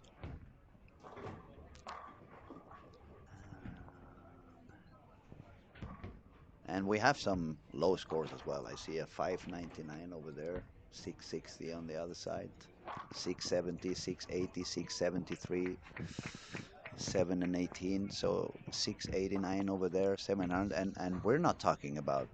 So maybe this isn't a super strong squad, or what are your thoughts on that? Well, it's been happening quite often. The lowest people on every squad, it's quite low. But it's not that it's a lack of talent. It's quite a big bunch of good bowlers over there on the lanes. It's just the pattern is so demanding, and as you said before, it can become super tricky when you move to the next pair. It can play so different that it gets up to your brain. Yeah. And then you start making shots emotionally. Now, this one is it's not really a high squad. We only have 10 people above par or at par, which is actually number 10th, Emil Holmberg from Sweden. He's got 800 after 4. Teemu Putkisto from Finland is 64 over. He's the only one trying to hold kind of okay. He would actually have still a chance to go on. And Trevor is now sitting with 976 after 4. It's ridiculously. So maybe he can catch Ethan's score. And for sure, if he keeps that pace, he's going to jump directly into step 2. How important do you think that is? Do you think it's important to have a pass directly to step 2, or you prefer? Or is there some advantage also in bowling from the beginning? I think the closer you get to the money, the better, you know? Like, the further up you can be is usually where you want to be. But can you trick yourself? Like, okay, yeah, you can trick yourself. I didn't make it to step 2, so but it's good because then I'm bowling from the morning. I can see how it goes, and I get more experience. Yeah. I can understand some people can think that way, but I don't recommend it. Oh, we have Pierre Lemieux. He was talking yesterday also when the Canadian guy, Matisse, he was talking a little bit on the streaming. So we had some a little bit of French going on. You can see we have English, Swedish, Spanish, French, Korean. A little bit of everything in here. We have to say hello everybody worldwide. We've been watching a little bit sooner on the YouTube, and we have people from more than 50 countries. Really? Yes, more than 50 countries. That's awesome. They were connected, so we are actually talking to the whole planet. Hello world. Hello world, exactly. You know what song I would play now as a DJ? What? David Guetta, The World Is Mine. That's before my time. I know. It was black and white music. Black and white music, definitely. Oh, no. So Joey Bowl is giving us some more tats over here.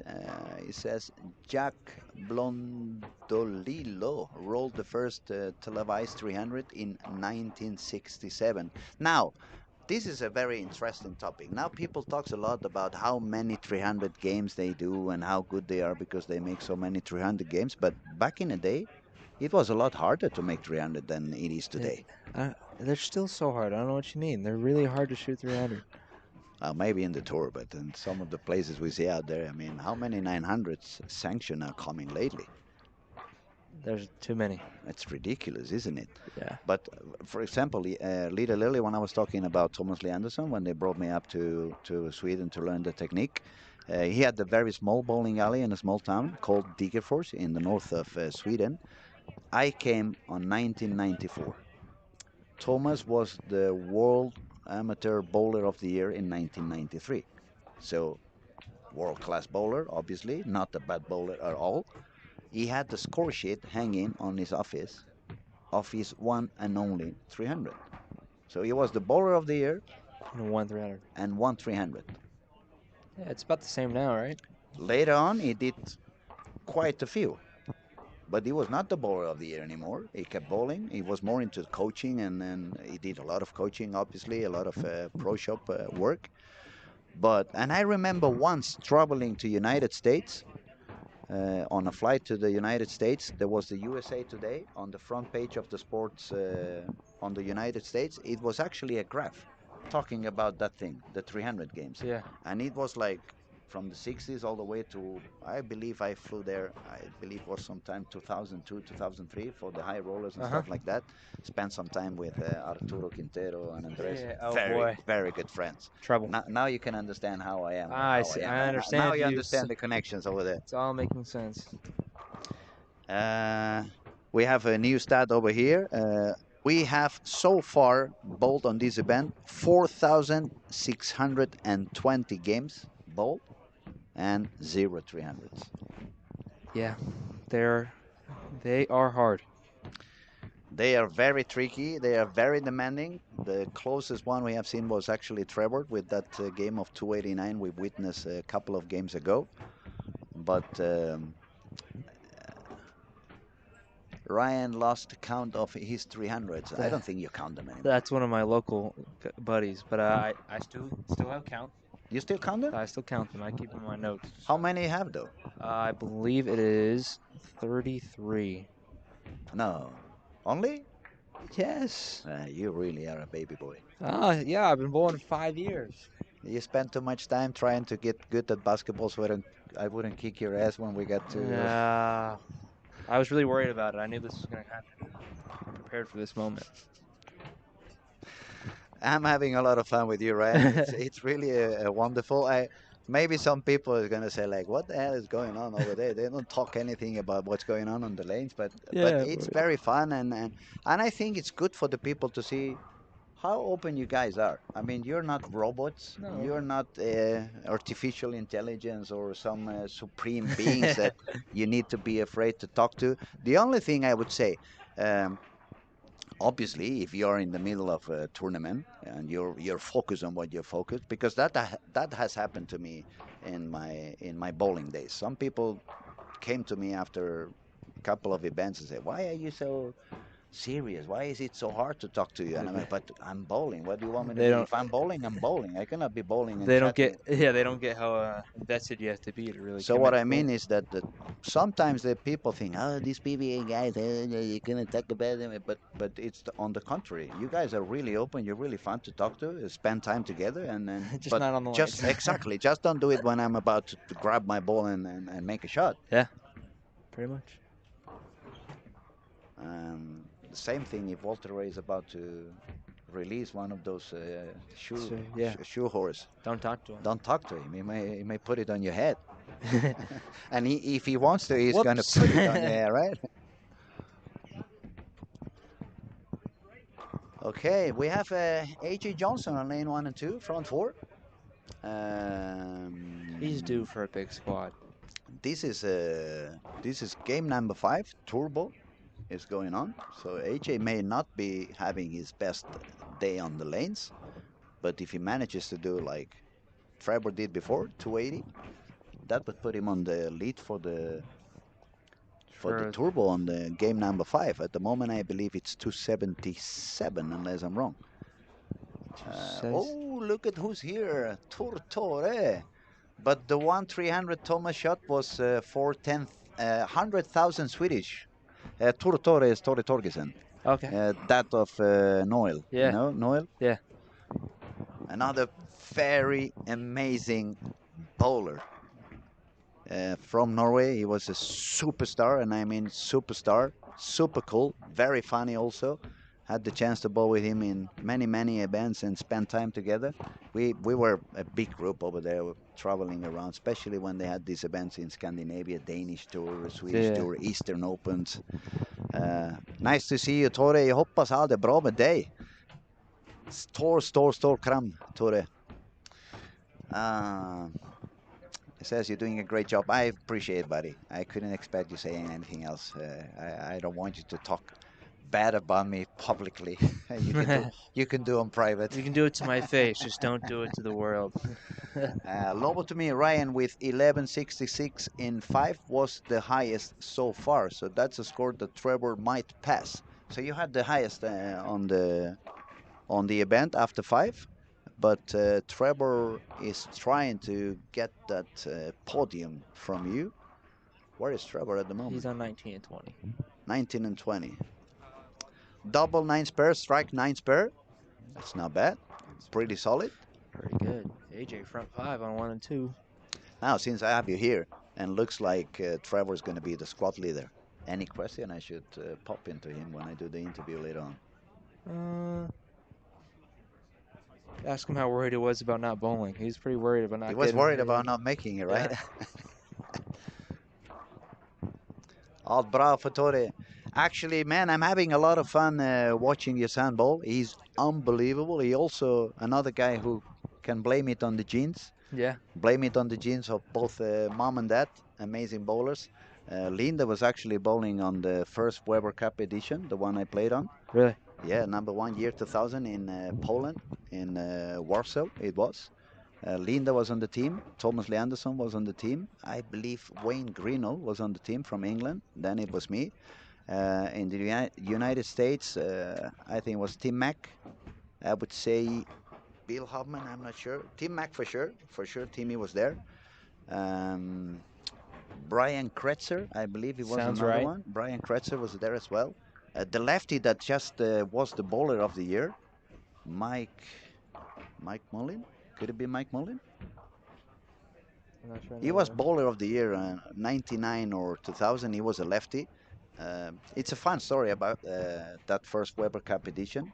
When we got there they built one bowling lane in a mall, in the middle of a mall, and we were supposed to have like official practice before the event. And when we get to that lane, the guy from AMF that was supposed to oil the lanes lost his flight.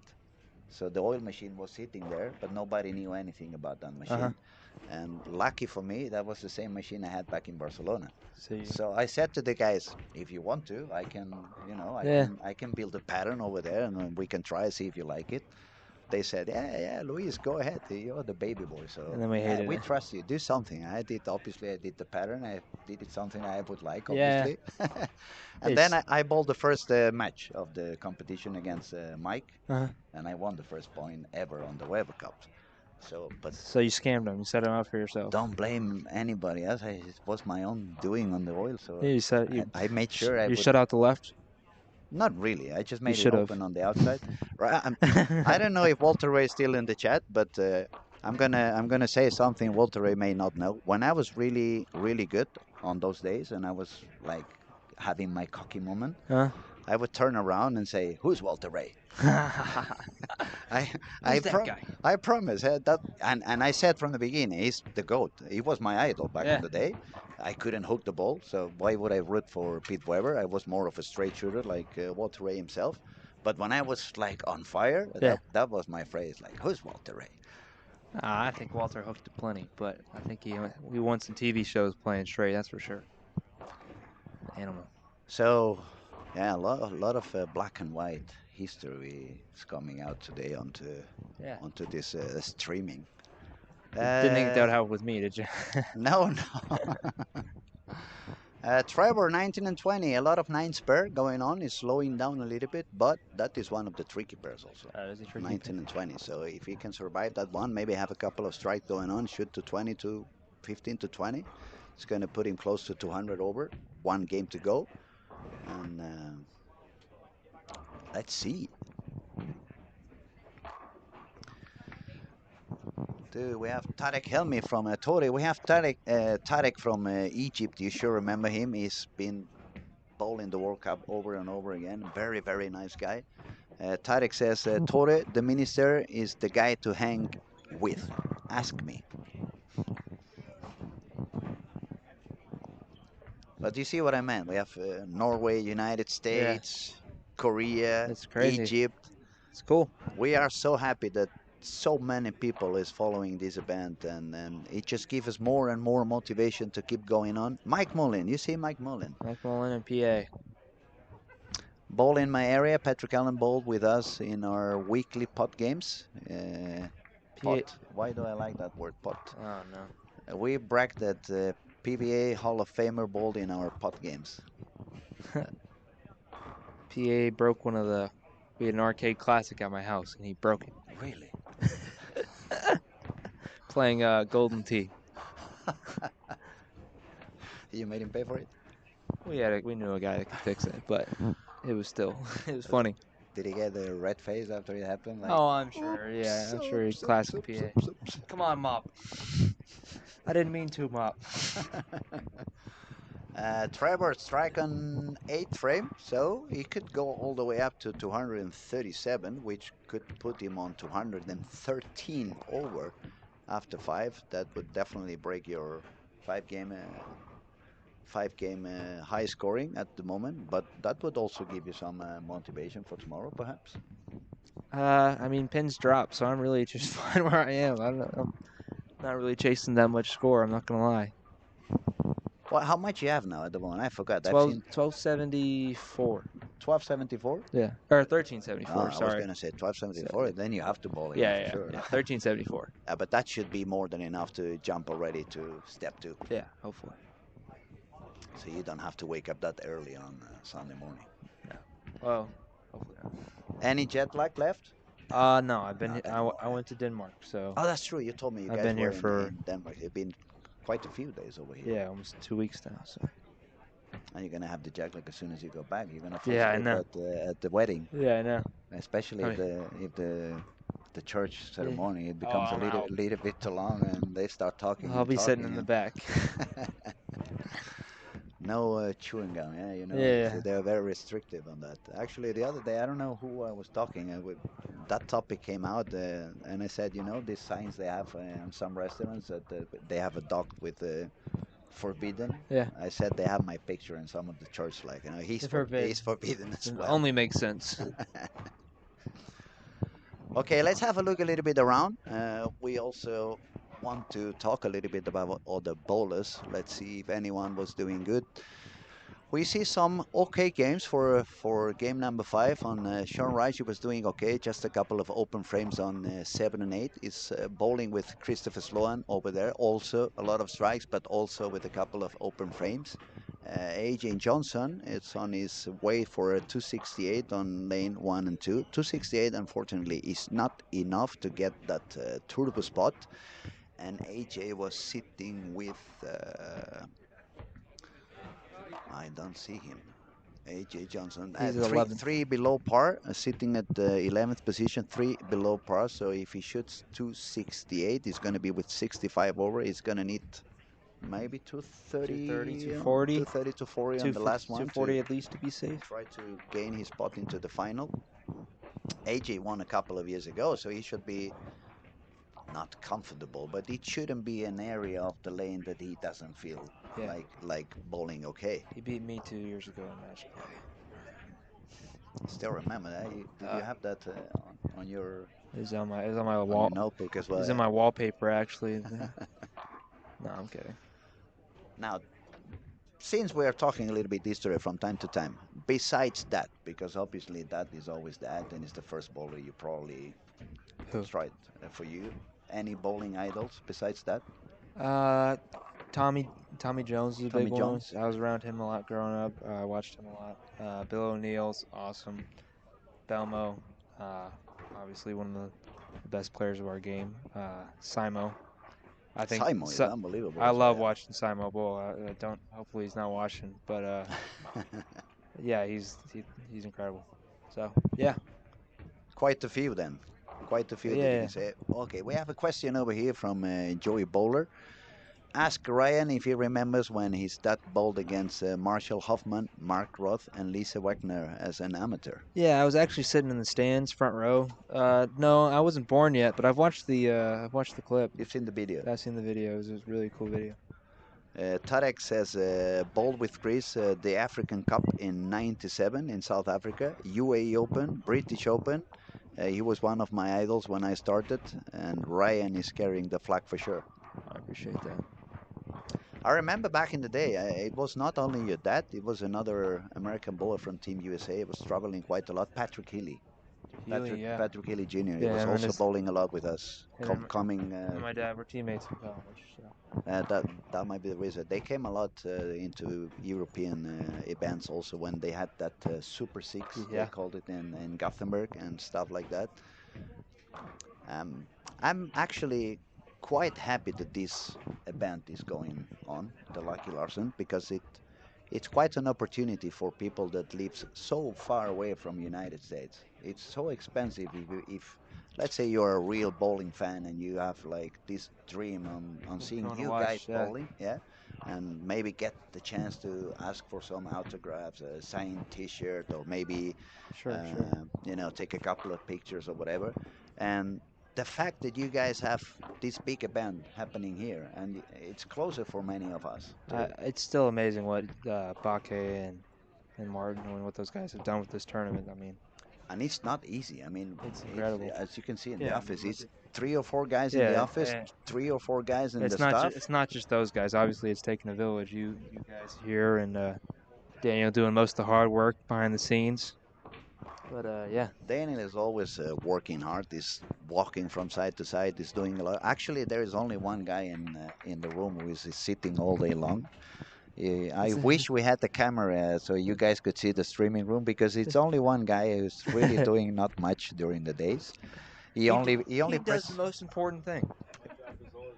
He pressed one button. That's what he told me a couple of days yeah. ago. If something happens to me, don't worry. With that machine, you only have to press start. Yep. Obviously, we're talking about the lane guy. Just in case someone was wondering, it's the guy that everybody loves in every event, especially when the lanes are like that and the scores are like that. He gets a lot of hugs as soon as he gets into It's the either bowling his alley. fault or the bowlers are great. He but, said that the other day. That's true. When they do really good, it's always the bowlers are so good, and when they're so bad, it's always my fault. I mean, me personally, I've never blamed a lane guy in my life. So the first squad. Sorry, funny story. The first squad, I was talking to him about it. I was just giving him crap because I was bowling bad. So, but So you gave him a I gave him a kind of little hard time. Yeah. Yeah, let's just say I changed my game plan quite a bit. So Actually, I was thinking when they did that boxing machine contest, yeah, there was trying to reach 300, but the other one was trying to get the highest scoring. yeah. And I said to Patrick Bakke, he's the bowling alley owner, if you want someone to really break the record of that machine, you should put the Christian Jonas picture on the boxing machine.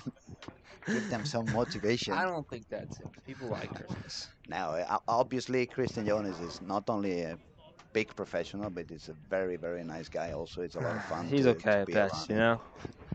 Just he's in the room. Let's not hype him up too much, you know? Above average. Let's say above average.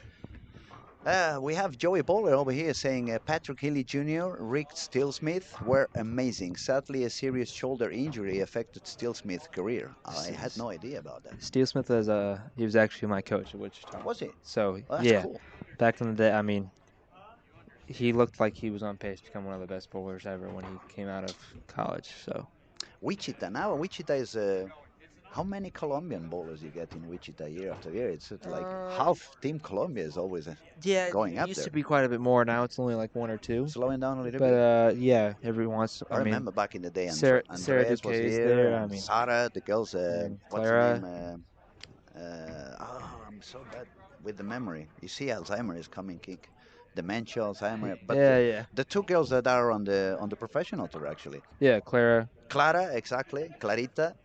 Say Uh, hello to Clarita if she's watching, and Rocio. Rocio, yeah. Rocio. Actually, I remember Rocio the first time she bowled the World Cup, and I believe it was 2003 in Malaysia, and she was so young. She wears socks all the way to her knees. She looked so funny, and for some reason, because I started my DJ career, I stood away from bowling for nearly 10 years, like really away. And the next time I see her, she's already a grown-up woman, and I'm like, that face is so familiar. That face is so familiar. And And then then you realize. I realized, man, that was that little girl over there. Trevor keeps going, 220 something, 227, I believe, he shot. So he's Yeah, we gonna got be, distracted. he's already 200 over. That's a. Yeah, it's crazy. He's going insane. Over here, Rick Hartings. Hey guys, Rick Hartings here from Play More Lanes in Coldwater, Yeah. Ohio, I believe. Yeah. We just held our PBA event last weekend. We are hoping Ryan can make our events in the future. Love tuning in and watching every day. Thank you, Rick. Ryan, what about that? I was actually supposed to bowl, and then I ended up bowling the Odense International instead. So You had to adjust the yeah, timing. It sadly, just made sense. I had to skip on the region, but hopefully I can bowl there in the future. I know Alec Keplinger had a great time there, so Perhaps next year, if the calendar is a little bit more space in between those events, yeah. you may have a chance to go over there. Okay, game four. No, sorry, game five is over. We are entering the last game of the squad. We're having a lot of fun over here with Ryan Barnes and the crew. We have a lot of people on the chat, so and I'm gonna be making a little bit of publicity over here. Please, please, please subscribe to our YouTube channel. It's 100% for free, and it's gonna allow us to keep on going for more and more events, do a lot of stuff. Not only this one is gonna be until the very end, until we do the prize ceremony, but a little bit of PBA regional in Sweden, also the Swedish National League, which is unbelievable to witness. It's super fun, electrifying. It's gonna be almost as when we play our basketball match. It's gonna be so much tension in yeah. there. So please go ahead, subscribe to our channel. Don't be shy, Like, subscribe, comment any questions. Let us. and make sure you don't miss Ryan's channel. Yeah, go to Care- Barnesy Bowling and hit the subscribe button. Okay, scores are about to refresh. We are entering the last game of the squad. We have Timo from Finland with 1060. We have Antonio Fiorentino from Italy, 24 over. Trevor's at 111.99. Trevor is in a league of his own, 199 over. That's like bowl half the game and you're already in the final, right? AJ at 10.53. He's looking for a big game here to kind of sneak in. Let's see his first shot in lane 5. Light mixer 7.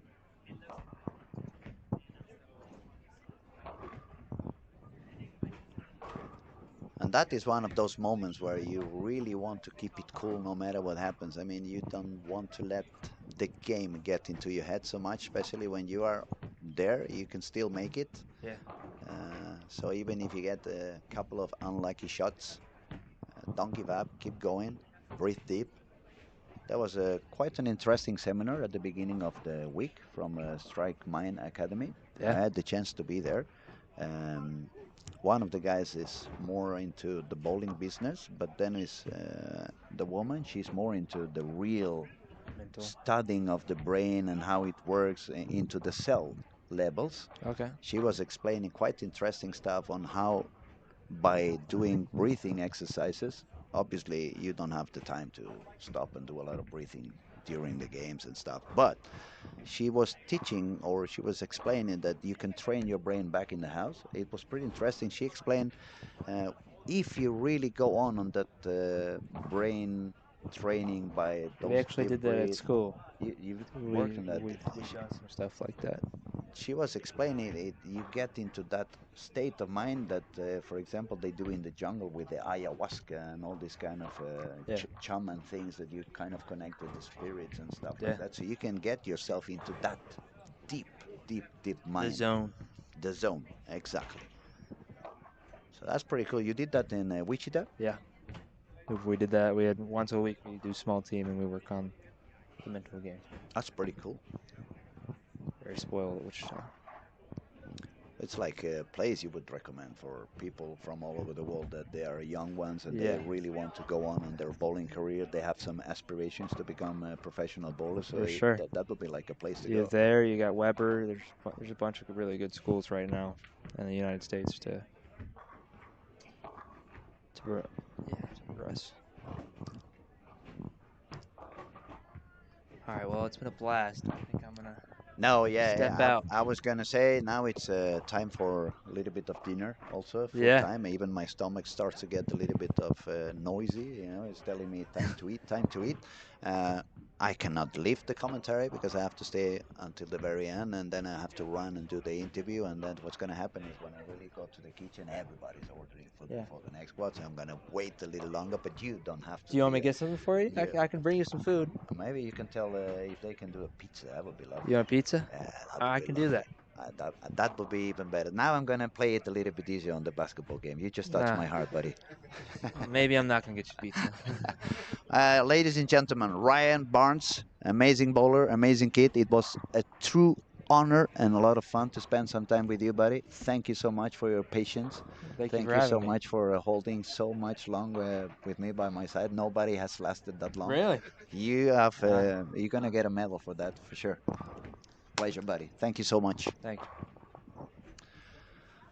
Okay, let's see. We have the scorings are updated after 5 games. We still have 12 bowlers above par. Trevor Roberts doing an amazing job. 1199, 236, 289, 214, 237, 223.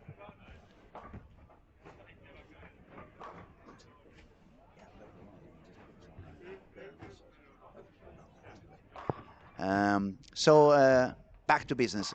As I was saying, Trevor Roberts, 1199. It's unbelievable high, especially in these tough conditions. What he's doing is mesmerizing.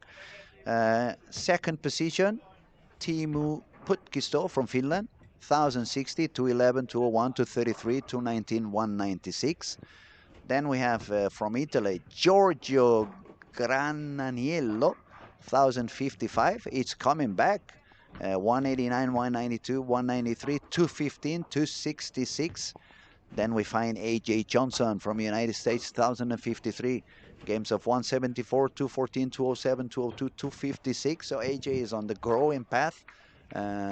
He needs probably a 240 game to try to put himself on 90 something over. Ryan has predicted maybe 95 would be enough to make it into the cut. I'm not sure that's going to be enough. I keep thinking it's going to go a little bit higher, but I'm a very optimistic person. I could probably more than wrong. There is some more people asking over there. Let me see. Question time again. If you could change one rule in professional bowling to make the game more exciting, what would it be and why? Well, Ryan is no longer here, and I don't think I'm the person to get myself into rules in professional bowling because I never bowled the PBA Tour. I've bowled a lot of amateur bowling with real good bowlers, as I said, Thomas Lee Anderson, Tore Torgersen, Tim Mack, Ryan's father when he was before he went into the PBA Tour. But it definitely is an interesting topic. And then we have Nick Rinaldi. Question for Walter. I'm not sure Walter's still over here, but if he is, he's probably gonna give you an answer. They are asking, do you think the balls of today definitely creates an advantage over balls from when you were in your prime? Do you also think that there is too many balls available? That's quite a good question. On the first one, my personal opinion, definitely yes. The balls today help a lot more than the balls they did in the past, especially a lot more than they did in the 80s, but also they made the game so much different. Back in the day, it was a lot more about precision. Nowadays, it looks like it's a little bit more about the power. Maybe not that much in the tour, but definitely a lot more in the amateur area. And second question was, do you also think that there is too many balls available? Probably yes. Probably that was another fun topic we were discussing. I think it was yesterday. I remember when I used to bowl World Championships, and when I was really young, like 14, 15, 16, they would check on every single ball we brought over there. They were check the weight, check the measurement, check the hardness. As soon as we started bringing 9 balls into the World Championships, some people even brought more. Uh, they decided it was too much of a job to take care of all or to check so many balls. I mean, we have a World Cup with 80 different countries and 6 bowlers from each country. That's 480 bowlers. It's not the same if they bring 3 balls as if they bring 8 balls. So probably yes, there is too many balls. But it was a question for Walter Ray. So if Walter, you're still around and you want to answer that one, be my guest. Joy Bowler, have you bowled any Lustig scratch tournaments in New York? No, I've never bowled in New York. I've been there a couple of times. Actually, last time, hello over there. Last time I was in New York, I was watching some NBA games. Team Mac was picking me up in the airport. He drove me into not the New York Knicks because I was staying right in front of the Garden, but to the match of the New Jersey Nets. Timmy was the one driving me up and down. I'm not sure Tim is watching at the moment. He's quite busy with his successful football career of his daughter. But in case he's somewhere around, I'm sending a big hug to my cousin, Timmy Mac. Great bowler, great man, great friend. Jimmy Bones III. Do the Wagners still compete around Europe? I guess you ask about the sisters. I believe they do. I haven't seen them this week. Jenny Wagner, and I haven't really seen them around. Maybe they show up on Saturday. I'm not sure. Now it's a very busy moment because people start to want to pay for the next squad and do the lane drawing for the next squad, especially since we had that little breakdown on the beginning of this squad on lane 9 and 10. So everything has delayed slightly. So I believe people is already around trying to register and stuff like that. So unfortunately, both Daniel and Martin are running around like chickens without heads. It's a lot of things going on, and they have to attend a lot of stuff. So otherwise, a little bit later on, when they come in, I'm gonna ask them if the sisters are gonna show up or not. Okay, let's go back into our last game. We have some potential high scoring on lane 19 and 20. Mikael Westman, front 4. We have a 4-bagger on lane 15 and 16 for Antonio Fiorentino. Very talented two-handed bowler from Italy. And guess who's doing it again? Lane 3 and 4, Trevor Roberts, front 5. I mean, hats off, it's probably not enough. It's unbelievable. He's got 199 over and the front 5 on the last game. So we're finally going to get that 1400 unless something really bad happens. If he doesn't get 1400, definitely I'm not going to mention the 1400s ever again in the rest of the event, because I'm going to be the biggest jinxer in the planet. And it's so many of you from so many places that you're going to keep on pointing me next time you meet me. And I don't want that feeling. Joey Bolle says, Team Mac rolled an amazingly powerful ball. Rev rate was super high. Yeah, Timmy was unbelievable. He was super powerful. Uh, I remember once he was bowling the Singapore Open. If you had 300 game over there, it was like $100,000. He made an amazing 12 shot and he got the 7-pin. That was one of the memories I really remember. Another thing I remember very well from Tim Mack is on one of those Wall 10-pin Masters we bowled on TV. The both of us were flying one day later than everyone else, and we had nothing to do once the event was over. And we ended up going to the movies, and we saw that Mac Ryan movie, You've Got Mail. So you see, you've got a lot of a lot of fun memories. We have the owner of the house walking also, quite busy, Mr. Patrick Paquet. You want to say hello to the whole world? We have people from 200 different people. Tore Torgersen is on the chat. Walter Ray Williams is on the chat. Tarek Helmi from... Hello, everybody. You're running quite the show, buddy. Yes, yes. You... I'm on the way to dinner with the Storm Group. See, you're always busy. Unbelievable. That's why you get good people doing the job for you, right? He just left too quickly. No answer. Where's Trevor? I don't remember. Chris is, yeah, 3 and 4. Thank you. Front 5. He's going to make the shot now on lane 4. So if you guys want to witness some spectacular, go to the cameras of lane 3 and 4. Trevor is on fire. 2-pin. No, exactly. And that's another thing. A very good point from Christian Jonas. Trevor is letting the ball do the job. He's not over-gripping. He's not using a lot of wrist. It's definitely not flying the ball 30 feet down the lane, as quite a few are doing at the moment. And how is paying that for them? Not that high, not that high, not that high.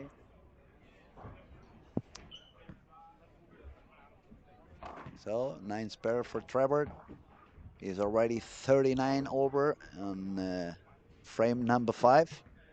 He's definitely gonna break. It's gonna be a... I don't know if Linda is somewhere around, but Linda, you may be short with those 14.26. Trevor is actually gonna go even a little bit higher than that. Hey, we have Johnny Magnusson. Hello, boys. Hey, yeah, Pergamon no Cabaret. We have some fan of the Pergamon team over there. So, hello back, Johnny.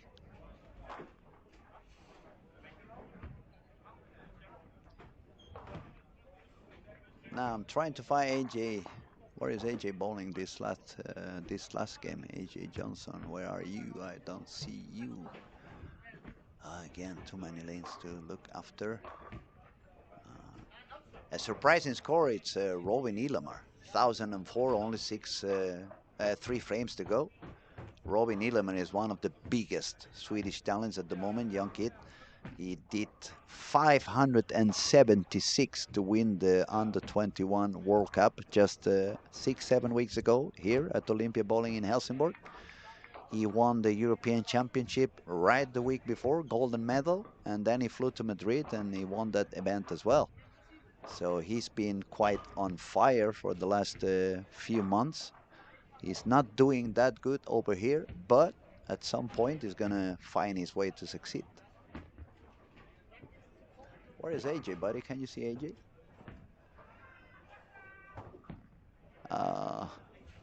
So he could go all the way up to 236 if he strikes out, which he definitely needs. That would put him with 89 over. That would be even a little shorter compared to what Ryan's a little bit more optimistic lower cut would be. And for the turbo, remember games 5 and 6, if you shoot high enough, you can make your way into the final by getting a high score on the turbo.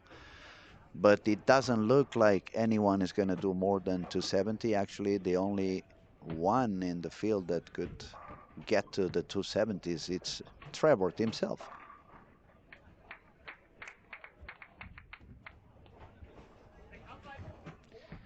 People that still had the chance, it would be Teemu Putkisto from Finland. He was with 60 over. Let me try to find Teemu around the block. Teemu.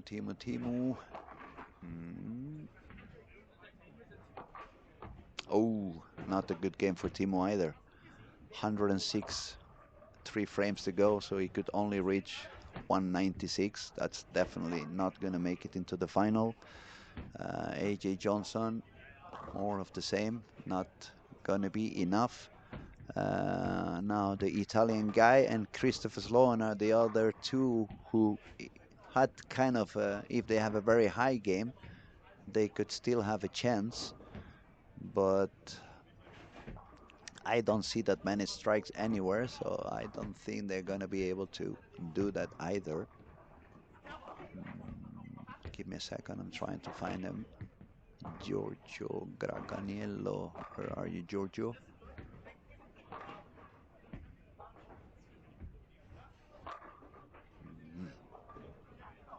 It's definitely hiding, I don't see him.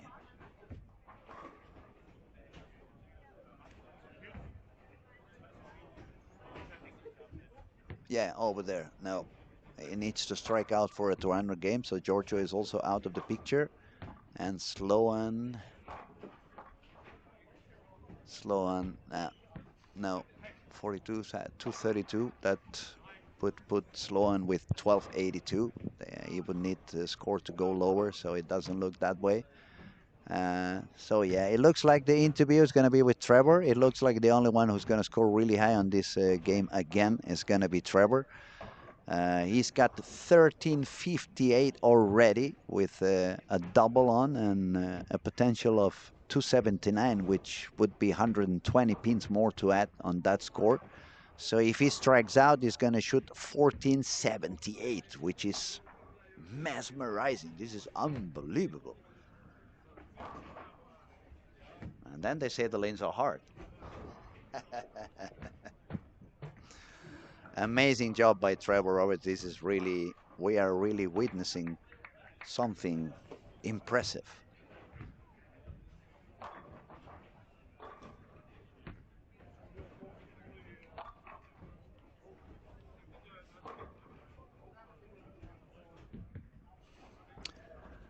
Okay, Walter Ray was still in the chat. He gave an answer. Walter Ray says the balls are different, but so are the deliveries. There was also less oil many years ago. There are definitely a lot of balls out there these days. I personally don't see a huge difference in them. Then he says that might be due to my low rep rate though. Many years ago, Don Carter told me that when he learned to go straighter was when he got better. But that was the better way to throw the ball way back then. Today, it is good to hook the ball. I agree with you, Walter, especially the way the game is evolving. I would say it was, for me at least, I don't know how it was in the United States. For me, it was a big change from wooden lanes to synthetic lanes. That was the first big change I saw happening. Bowling alleys didn't need to get resurfaced over and over again, year after year. It felt like the synthetic lanes gave a little bit of extra friction in the back end compared to the wooden lanes. And then when the Excalibur came out, it was like quite a big of a change. So the evolution, it feels like the bowling ball factories and the Kegel guys, they're racing each other. Okay, you make a thicker oil, I'm going to make a more tacky ball, and all the way around. But that is a perception you get from Spain and from Europe. It could be a little bit different back on the United States and back on the tour. Walter also says, but the better bowlers learn to do what it takes to strike, and that is a very good tip. It's not about the power only, it's not about the accuracy only. Bowling is a very complex game and you need to master quite a few things. When I do some coaching, I tell them we have to learn technique, and technique is going to help you be able to do many things and become consistent, but then you also need to learn to read the lane, so you make sure you're always on the right spot or at least far away from the penalty zones. And definitely nowadays you really need to understand the equipment, you need to understand your balls, because how many people over there, they bowl on a night league and they go back home and tell their wife or their husband, oh, today I was so unlucky, I hit the pocket over and over again, but I couldn't carry, I wasn't lucky.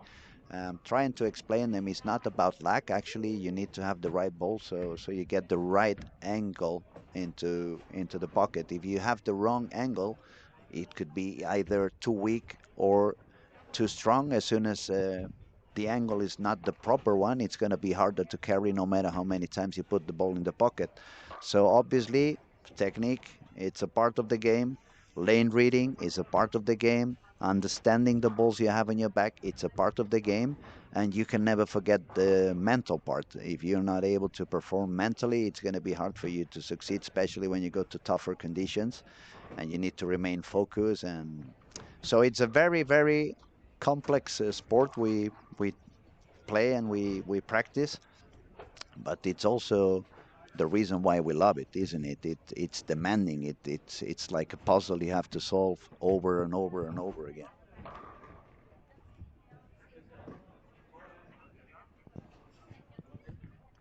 Now, is how lucky are we that we can have perhaps the greatest bowler of all time, Walter Reid, on the chat and giving us his point of view and perspective. Walter, we are really, really thankful that you spend some time with us and that you are communicating with the people in the chat. I personally want to thank you from the deepest bottom of my heart. It's a true honor that you're spending some time with us. The squad is almost over. We're just going to see what Trevor manages to do, and then I'm going to say goodbye to everybody. We'll be back as soon as we start with the next squad. There goes Trevor on lane 4. Oh, all right, that's a split. Definitely he can afford that. He's going to be on the 245, I believe, if he takes one. Yeah, 236, 245, and he's going to get, we have the final 1400 is finally here. I haven't jinxed anybody this time. I'm so happy. Nick Rinaldi says, Walter, thanks for sharing your opinion. It's actually an honor. I mean, we are super happy to have Walter around and some other people also talking from so many places around the world. It makes us feel very happy. It gives us more energy to keep going on the following squads. So Walter Ray says, thank you. Unfortunately, I'm recovery from shoulder surgery and won't be bowling right-handed for about 4 months. Oh, wow. Shoulder is never a fun part. We were talking a little bit earlier about Tim Mack. Tim Mack has surgery on both of his shoulders. It has been probably the main reason why he hasn't been bowling much lately. We wish you the best, Walter. We hope you have a speedy recovery and we can see you back on the lanes. The sooner the better. But health is number one, so make sure the rehab is proper. Final score for Trevor Roberts, 1,444, 244 over. That's 51 pins higher than what Ethan Fury had. Unbelievable. So now, guys, you're going to have to excuse me. I have to go out there and interview Trevor, see if he can let me know how it feels. But it has been a pleasure to have so many people over here in the chat. And as I said before, we will be back as soon as the last squad on the day goes on. Thank you, everybody. Don't forget to subscribe into our YouTube channel if you have not done yet. And thank you, everybody who was there. Thank you, Walter Ray. It was a pleasure. See you later.